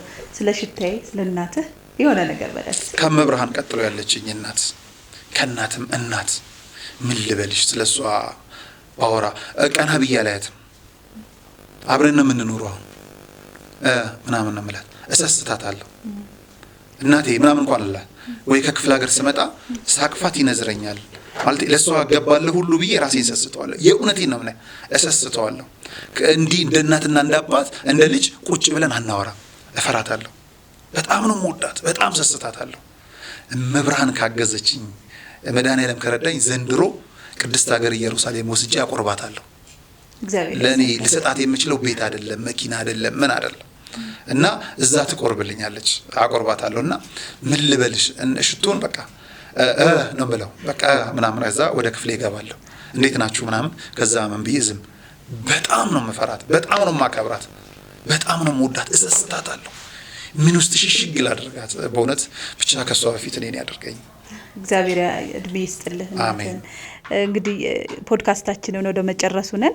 በእኔ በኩል ያሉ ጥያቄዎች እነዚህ ናቸው። አንተ ደግሞ ማመስገን የምትፈልገው ሰው ካለ መናገር የምትፈልገውም ካለ እድሉን ልስጥ። በመጨረሻ አሁን ባየሁ ሁኔታ መጨረስ የሌለብሽን ነገር መጀመር የለብሽም። ምስጋና ላይ አንድ ሰው ካመሰግንሽ በጣም ብዙ ሰዎች አሉ። ስለዚህ ከሌ ብዬ አልጀምርም። ለኔ እዚህ መቆም ለኔ እዚህ መድረስ የተጋችሁ እኔን ወደ ኋላ ለመመለስ የጣራችሁ ሁሉ ከልቤ ነው ማመሰግናችሁ። ከምር ማለት ነው ከልብ። ከዛ በዘለፈ ግን መብርሃን እንዴት አላቅም ብቻ ሰዎች ለኔ የሚሰጡኝ ክብር አለ። አሁን ላይ እየሰራ ነው የሚለው የኔ መልካምነት ለመግለጽ የሚሞክሩት አለ። በሰዎች የሚገለጠው መልካምነቴ መብርሃን ባንቺ ፊት ይገለጽልኝ። እግዚአብሔር ባንተ ፊት ሆኜ ልታይ። የልብን የሚያውቀው ማን ነው? መድኃኒዓለም። ሰው ዝም ብሎ ያላየውንም ያየውንም አይደለም የሚያመሰግነው። እውነት እንደዛ ሰው ሆኜ በክርስቶስ ፊት ለመቆም እንዲያበቃኝ የእውነት ሁሉም በጸሎት ያስበኝ ነው የምለውና እፈራለሁ። አንዳንዴ ሰው ሲያመሰግነኝ አይ የልቤን ክፋት ባያችሁት፣ የኔን ኃጢአት፣ የኔን ሸክም፣ የኔን ጉለት ባያችሁት እንደዛ አይደለም እላለሁና ሰዎች እንደሚሰጡኝ ክብር በክርስቶስ ፊት እንደዛ ሆኜ እንድቆም እምችል ሰው ያድርገኝ። ማለት መልካም የሰራው ሰው ሆኜ እንድታይ እግዚአብሔር ያግዘኝ። ስለዚህ መብርሃንን አመሰግናለሁ፣ እግዚአብሔርን አመሰግናለሁ። እንደ እውነት ደግሞ ለመናገር የምፈልገው ነገር ጠበብ ሲል አሁን የምሰራውን ስራ አብሮኝ የሚሰሩ ባልደረቦቼ ባይኖሩ ኑሮ አልሰራም።